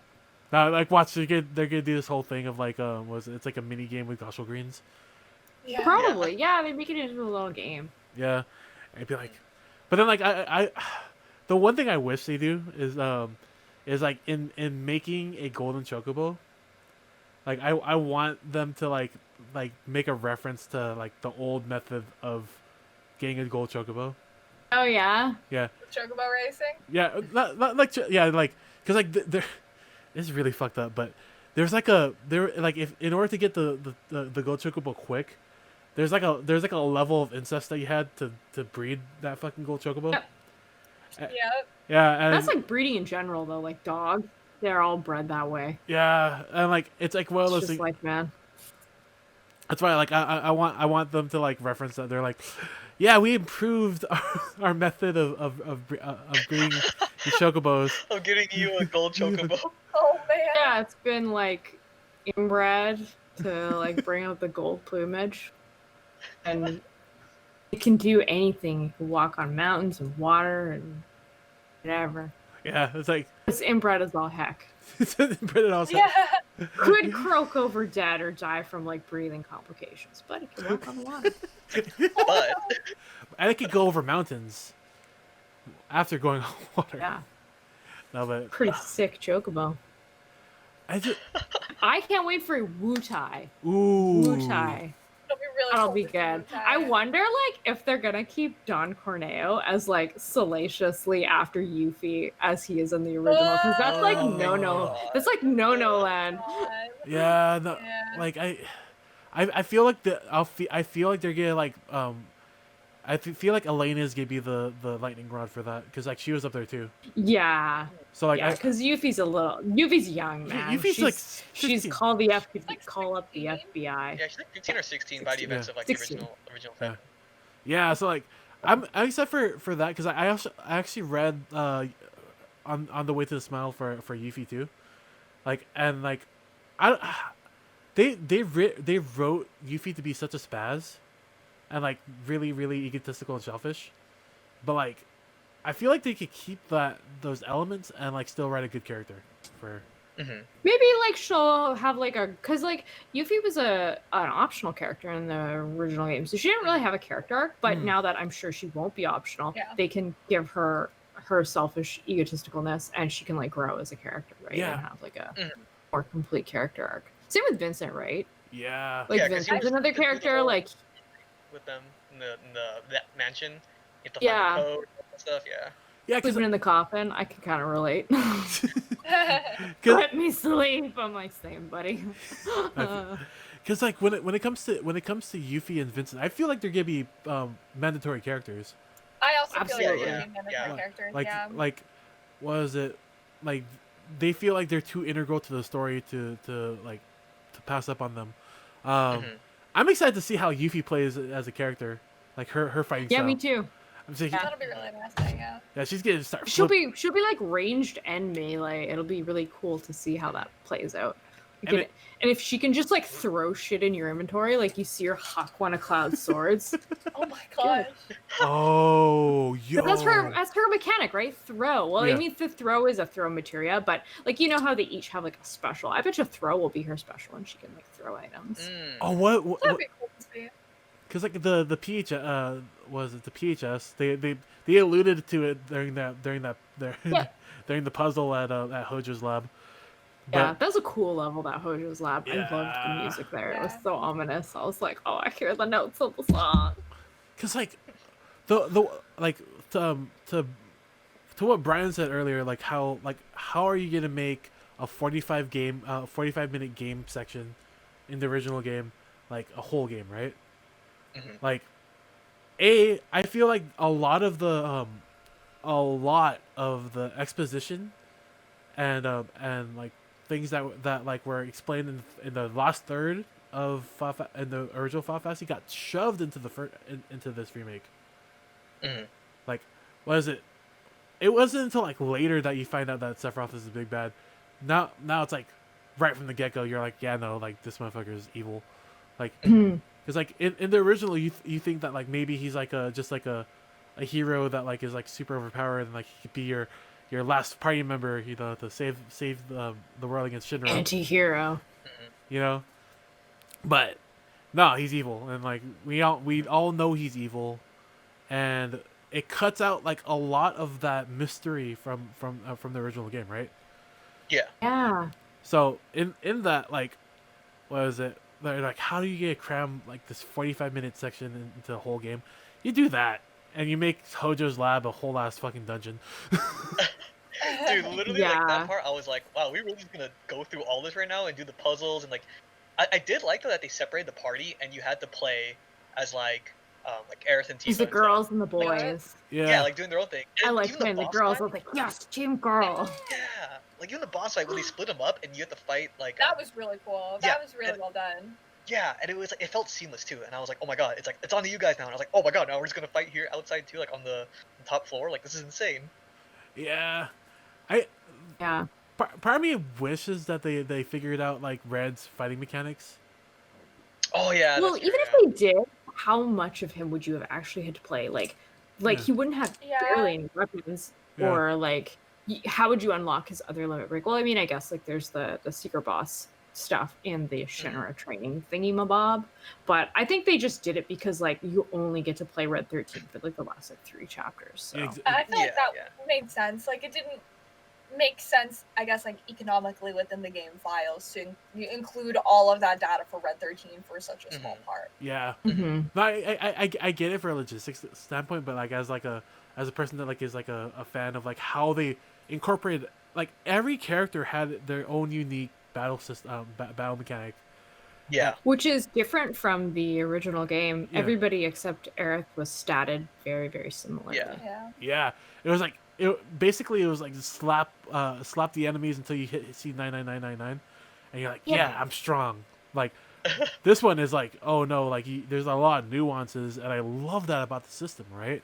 Yeah. Definitely. Yeah, each character plays a little differently. Like Cloud feels like you're playing a Dark Souls game where you're like trying to roll at a shit, but rolling doesn't do anything in this game, so stop. And Aerith is like magic, and Tifa's my favorite to play because she just feels so good when she hits things. Fun to play. She's Yeah. such a calm. It's great. Yeah, exactly.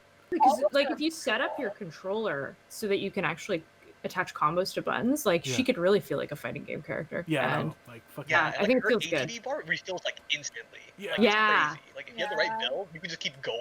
Yeah. There's like a cheese you can do for the top secrets where you basically build it so that Tifa's your main attacker and Cloud and Aerith are just like spellcasters, and through casting spells they just build Tifa's ATB part and she just melts things. And if you have like max luck materia, it's like every hit is a critical hit. And she just decimates things.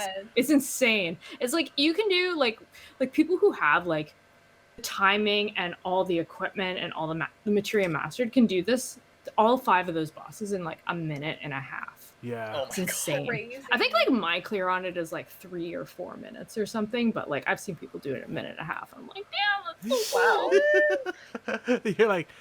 you're 2 minutes faster than me. What the hell? It's so like, quick how? though. Like, and yeah, pretty quick. Yeah, exactly. It's like I imagine Vincent and Sid are gonna be fun as hell to play.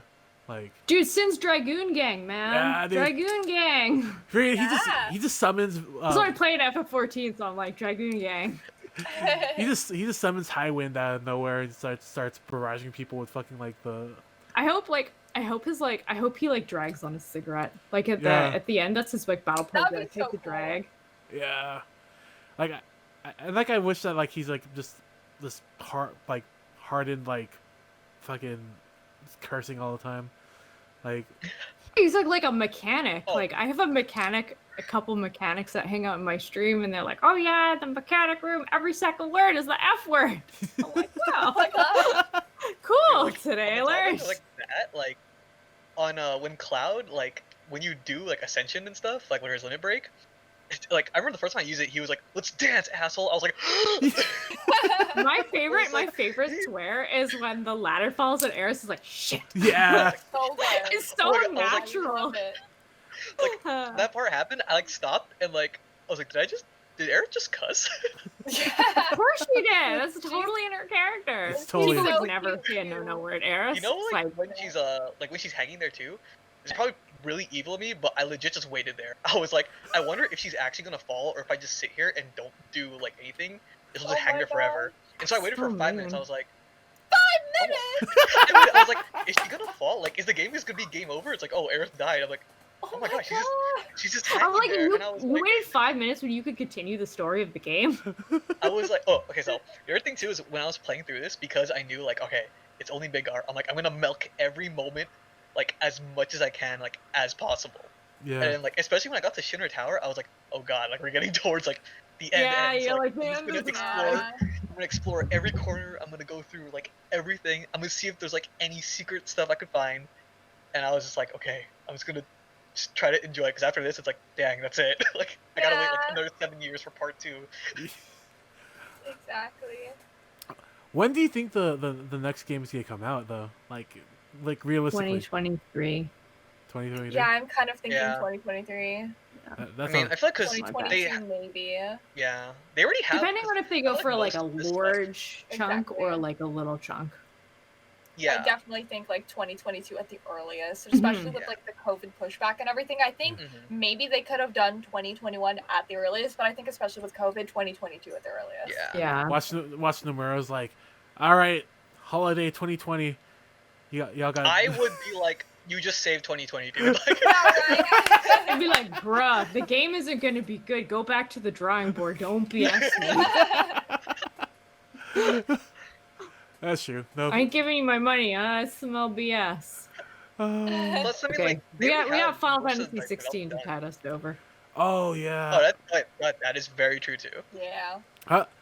Witcher Final Fantasy. It's got an M rating, which makes me stoked. Oh yeah. Hell yeah. Yeah, there's blood in it. I feel like the what is it? The ambition that they had for Type 0 is gonna spill into like 16 for sure. To a different team though, I think, like, because Yoshi P and his FF14 team are doing 16, which is like a good sign, because Final Fantasy, and this is me as like a diehard World of Warcraft neckbeard, and I'm on Team Final Fantasy 14. It is so good. And I'm a huge neckbeard. I feel like the majority of my friends this quarantine Ray have been knows. like, start playing 14 now. You need to play FF14. Oh, like, this is the yeah. perfect time. Gosh, Okay. Ted, roll on Aether Genova. Come be Dragoon Gang with me, but you don't have to be Dragoon Gang. But I'm on Aether Genova. It's Yeah. fun. Join It's the really fun. You'll love it. Yeah, no, we talk about like World of Warcraft for a good minute, and that brought back a lot of good memories. Yeah, that was awesome. But like when it came, cause like all right, so in my mind, the two games that like if you combine these two things, it would have been the ultimate Final Fantasy in my mind. All right, if you took 12's universe and put 13's battle system, that would have been a perfect Final Fantasy. Evilise, what with not Gambit? Yeah. Yeah. 5 stars. I love getting 5 stars. Nothing motivates me like you got 5 stars. Yes. Right. All I need. 5 stars. Like Here, 5 stars. because like those two, like even if you took like 7 remakes battle system and put it into 12's universe, minus like one character that I don't like, but because like I minus one character that I don't Wow. like Start with V and end with and on. yeah, Vaughn can die in the fire, but You're so useless. Like Vaughn. Vaughn is sus. Vaughn. because like Bosch would have been a great main character. Oh, here's the He thing. should have been. He actually was should've been. slated to be the main character, Bosch. Yeah. But the development team thought that because he was an older character, he wouldn't appeal to their audience in Japan, who may prefer a younger protagonist as like That for. makes sense. Yeah. But I think in the West, and especially nowadays, like if you think about like The Last of Us and The Witcher and God of War, all old like father figures, and those games are like absolutely loved. Like I love The Witcher 3. The Witcher 3 is phenomenal. And like your old man, ripped old man, Geralt out looking for your kid, right? And even when I played The Last of Us, I really enjoyed Joel as a character. He was fun to play. But I guess like the game came out in 2006. So I guess it wasn't like dads weren't in, so Vaughn ended up being the main character, which I think is really sad. Yeah, because I hear Is, that that's like a Western thing, though. Is like the whole like dad protecting someone is like a gimmick in like Western audiences, is like what I've heard, because that was the dilemma with Near Gestalt and Near Yeah. Oh, Replicant. really? Yeah, because there's 2 different versions of the same Nier Yep. game, but in Japan, Nier is the brother, just like the younger. Well, he's the older brother, but he's like younger. He's the brother to like I've never played the game, so I don't really know. But Yeah. he's that's the protagonist. But when they ported it to the West, they completely redid it so that he's older, and they call him Papa Nier Really? because the idea of having Interesting. like a grizzled older man, like you said, like The Witcher, like The Last of Us, is something that's more appealing to Western audiences, apparently, more than Japanese. I wonder it's because like you would think like as like I would go out on a limb to say most gamers, like maybe 70-30 are men, and like being a father is something that resonates with a lot of guys.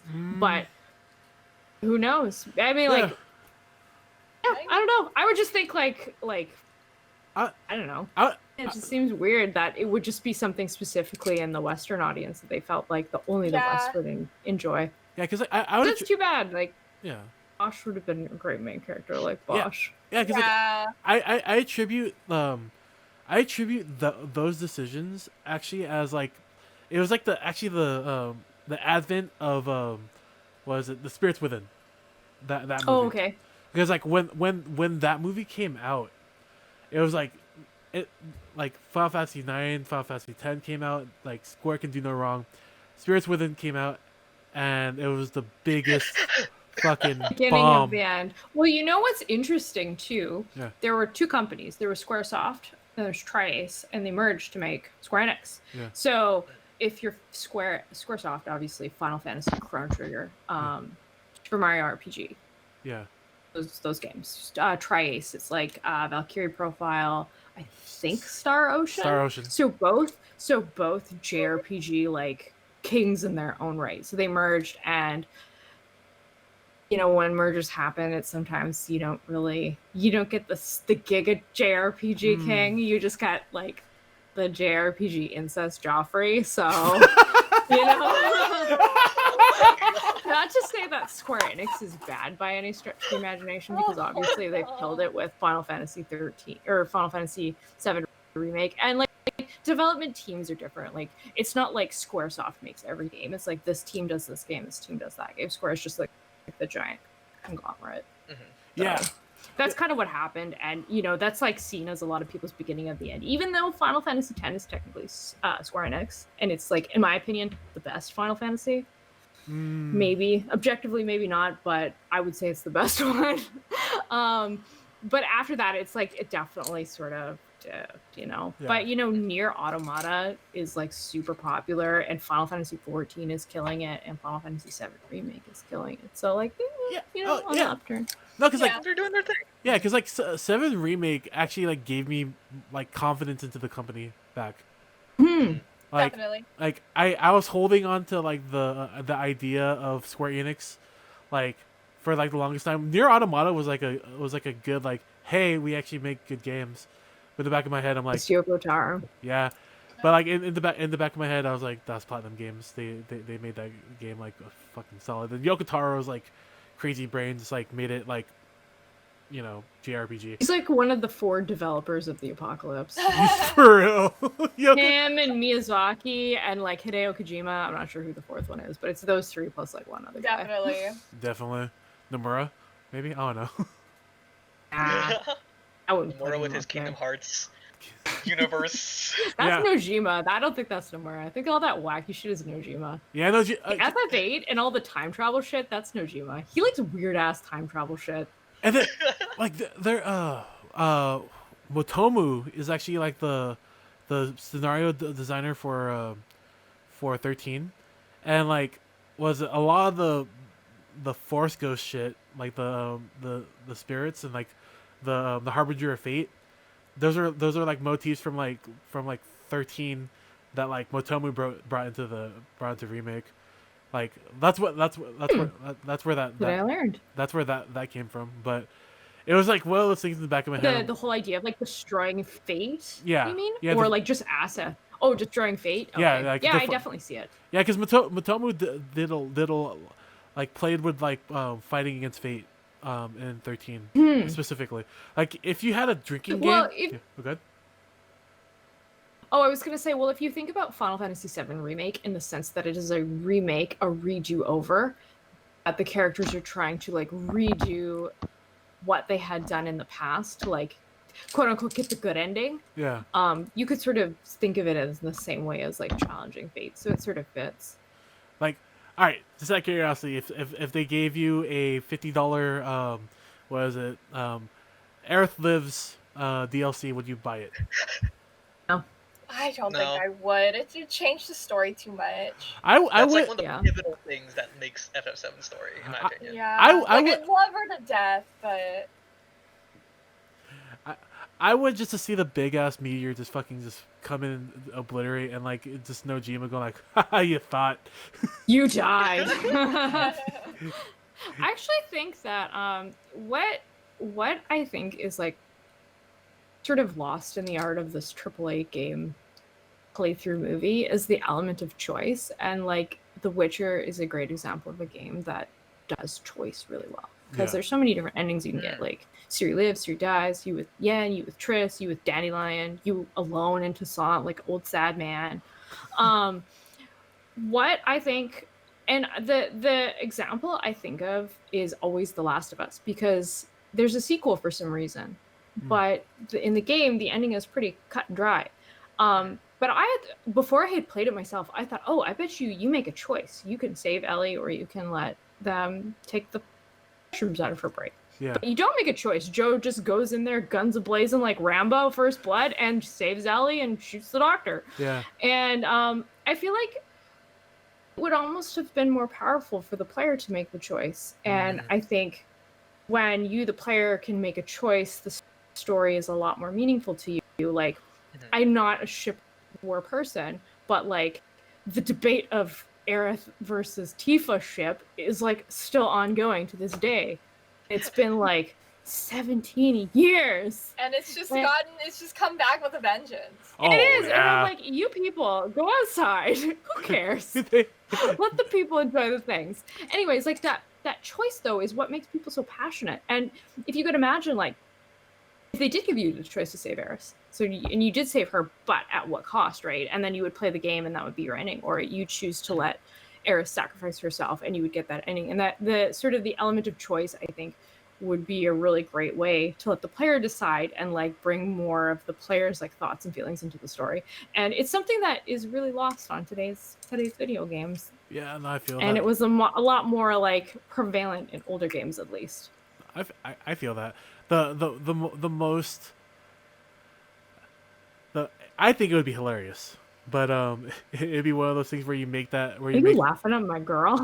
No, like you make that choice, and then like. And like when you make the choice, there's like a gacha roll that pops up, and like depending on your luck, oh no, you that would be when I turn off the console and like go into like hermit solitude and be like, "What is my life? How dare you?" There's Genshin Impact 557 remake, and they're like, "This is the roll. This is the." Oh no. This never is played it. I don't know. I haven't played either. I'm just it's memeing basically at this copy paste point. Breath of the Wild. Yeah, it is copy paste Breath of the Wild. It's. I've heard it's like people, like a lot of my friends have played it and they're like, oh, it looks like Breath of the Wild, but it's completely different. It's a gacha game, and I'm like, oh boy, loot boxes. I love me some loot boxes. Nothing like roping weebs in with loot boxes with waifus. You just get fought. Like, you should play. I'm like, no, I don't want to play. I'm like, where's the combat? I'm like, where are the bosses? It was talking about like it's like gambling real life. Hey, you want to put in money to potentially get more money? No, it's like anime gacha games. Hey, we have anime PNG waifus. You want to put in money to possibly get one? Hell yeah, dude.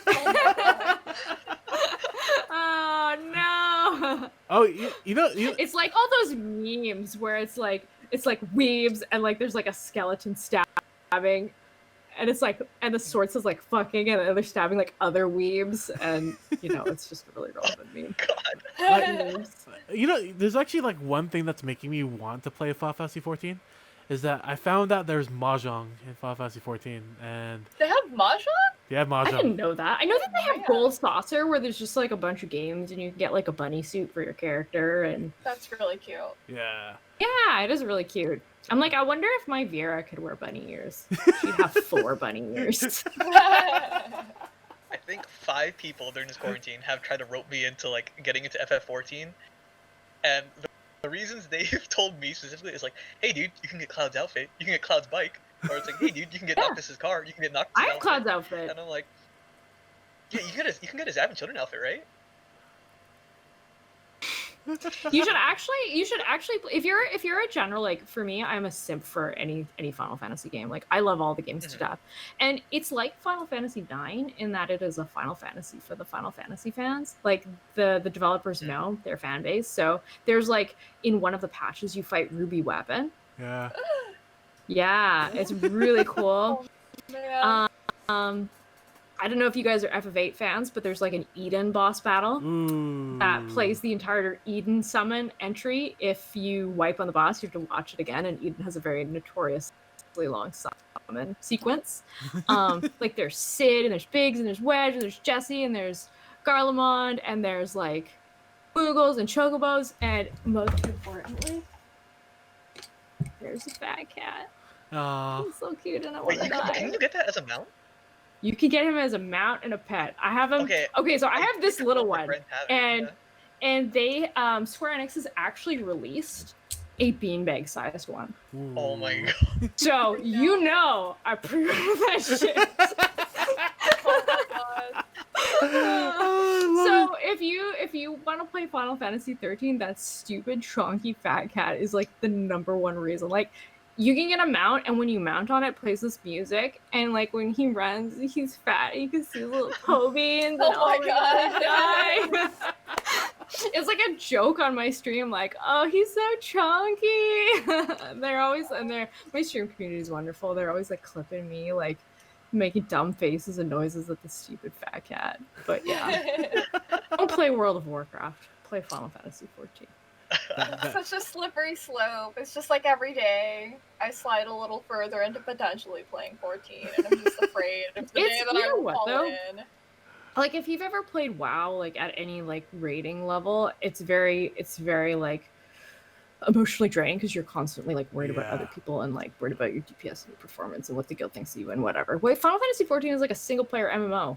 It's like you go in and you experience the story, you make a couple friends, you guys shit on Blizzard together, and then you're guildmates, and it's awesome. And then, you know, you go through the story, and it's like a single player game. It's wonderful. And there's fat cats, and Moogles, and different outfits, bunny suits. And I've heard, like, I'm not at Shadowbringers yet, I'm still in Stormblood, so I've heard that Shadowbringers is, like, one of the best, like, expansions in any MMO ever, so... And then I've played through Burning Crusade and Wrath of the Lich King, so I'm hoping that... And if you think about it, Final Fantasy 14 is like double 7, you know? Oh my god. Yes. Yeah, man. I'm sorry. There's like a 7th heaven bar, but Tifa's not there, and I was like, this is an oversight. I'm gonna write a strongly worded email. Yeah. Well, I digress. All right, guys. You guys are amazing. You guys braved the storm of the different tinfoil hat theories, the things that we want in Final Fantasy and Final Fantasy in general. And you guys showed up in cosplay, and you guys look amazing. Thanks. Thank you. Dude, thanks for having us, Ray. Yeah, thanks for inviting us. Yeah, and I'm just really happy to just talk Final Fantasy in general, and like you guys definitely have like awesome insights to the game and just enjoying the game in general, and I really enjoyed that, and hopefully you guys enjoyed it too. This is a special episode. Had a lot of fun. Yeah. And I'd like to thank my guests, Maruwins, Stephstonecos, Oh Hi Bonsai, for coming in cosplay and being freaking awesome. Make sure to check out their social medias. And we'll catch you at the next one. Have a good day and good night. Bye. Bye. Happy Halloween. Happy Halloween. Oh. Halloween game.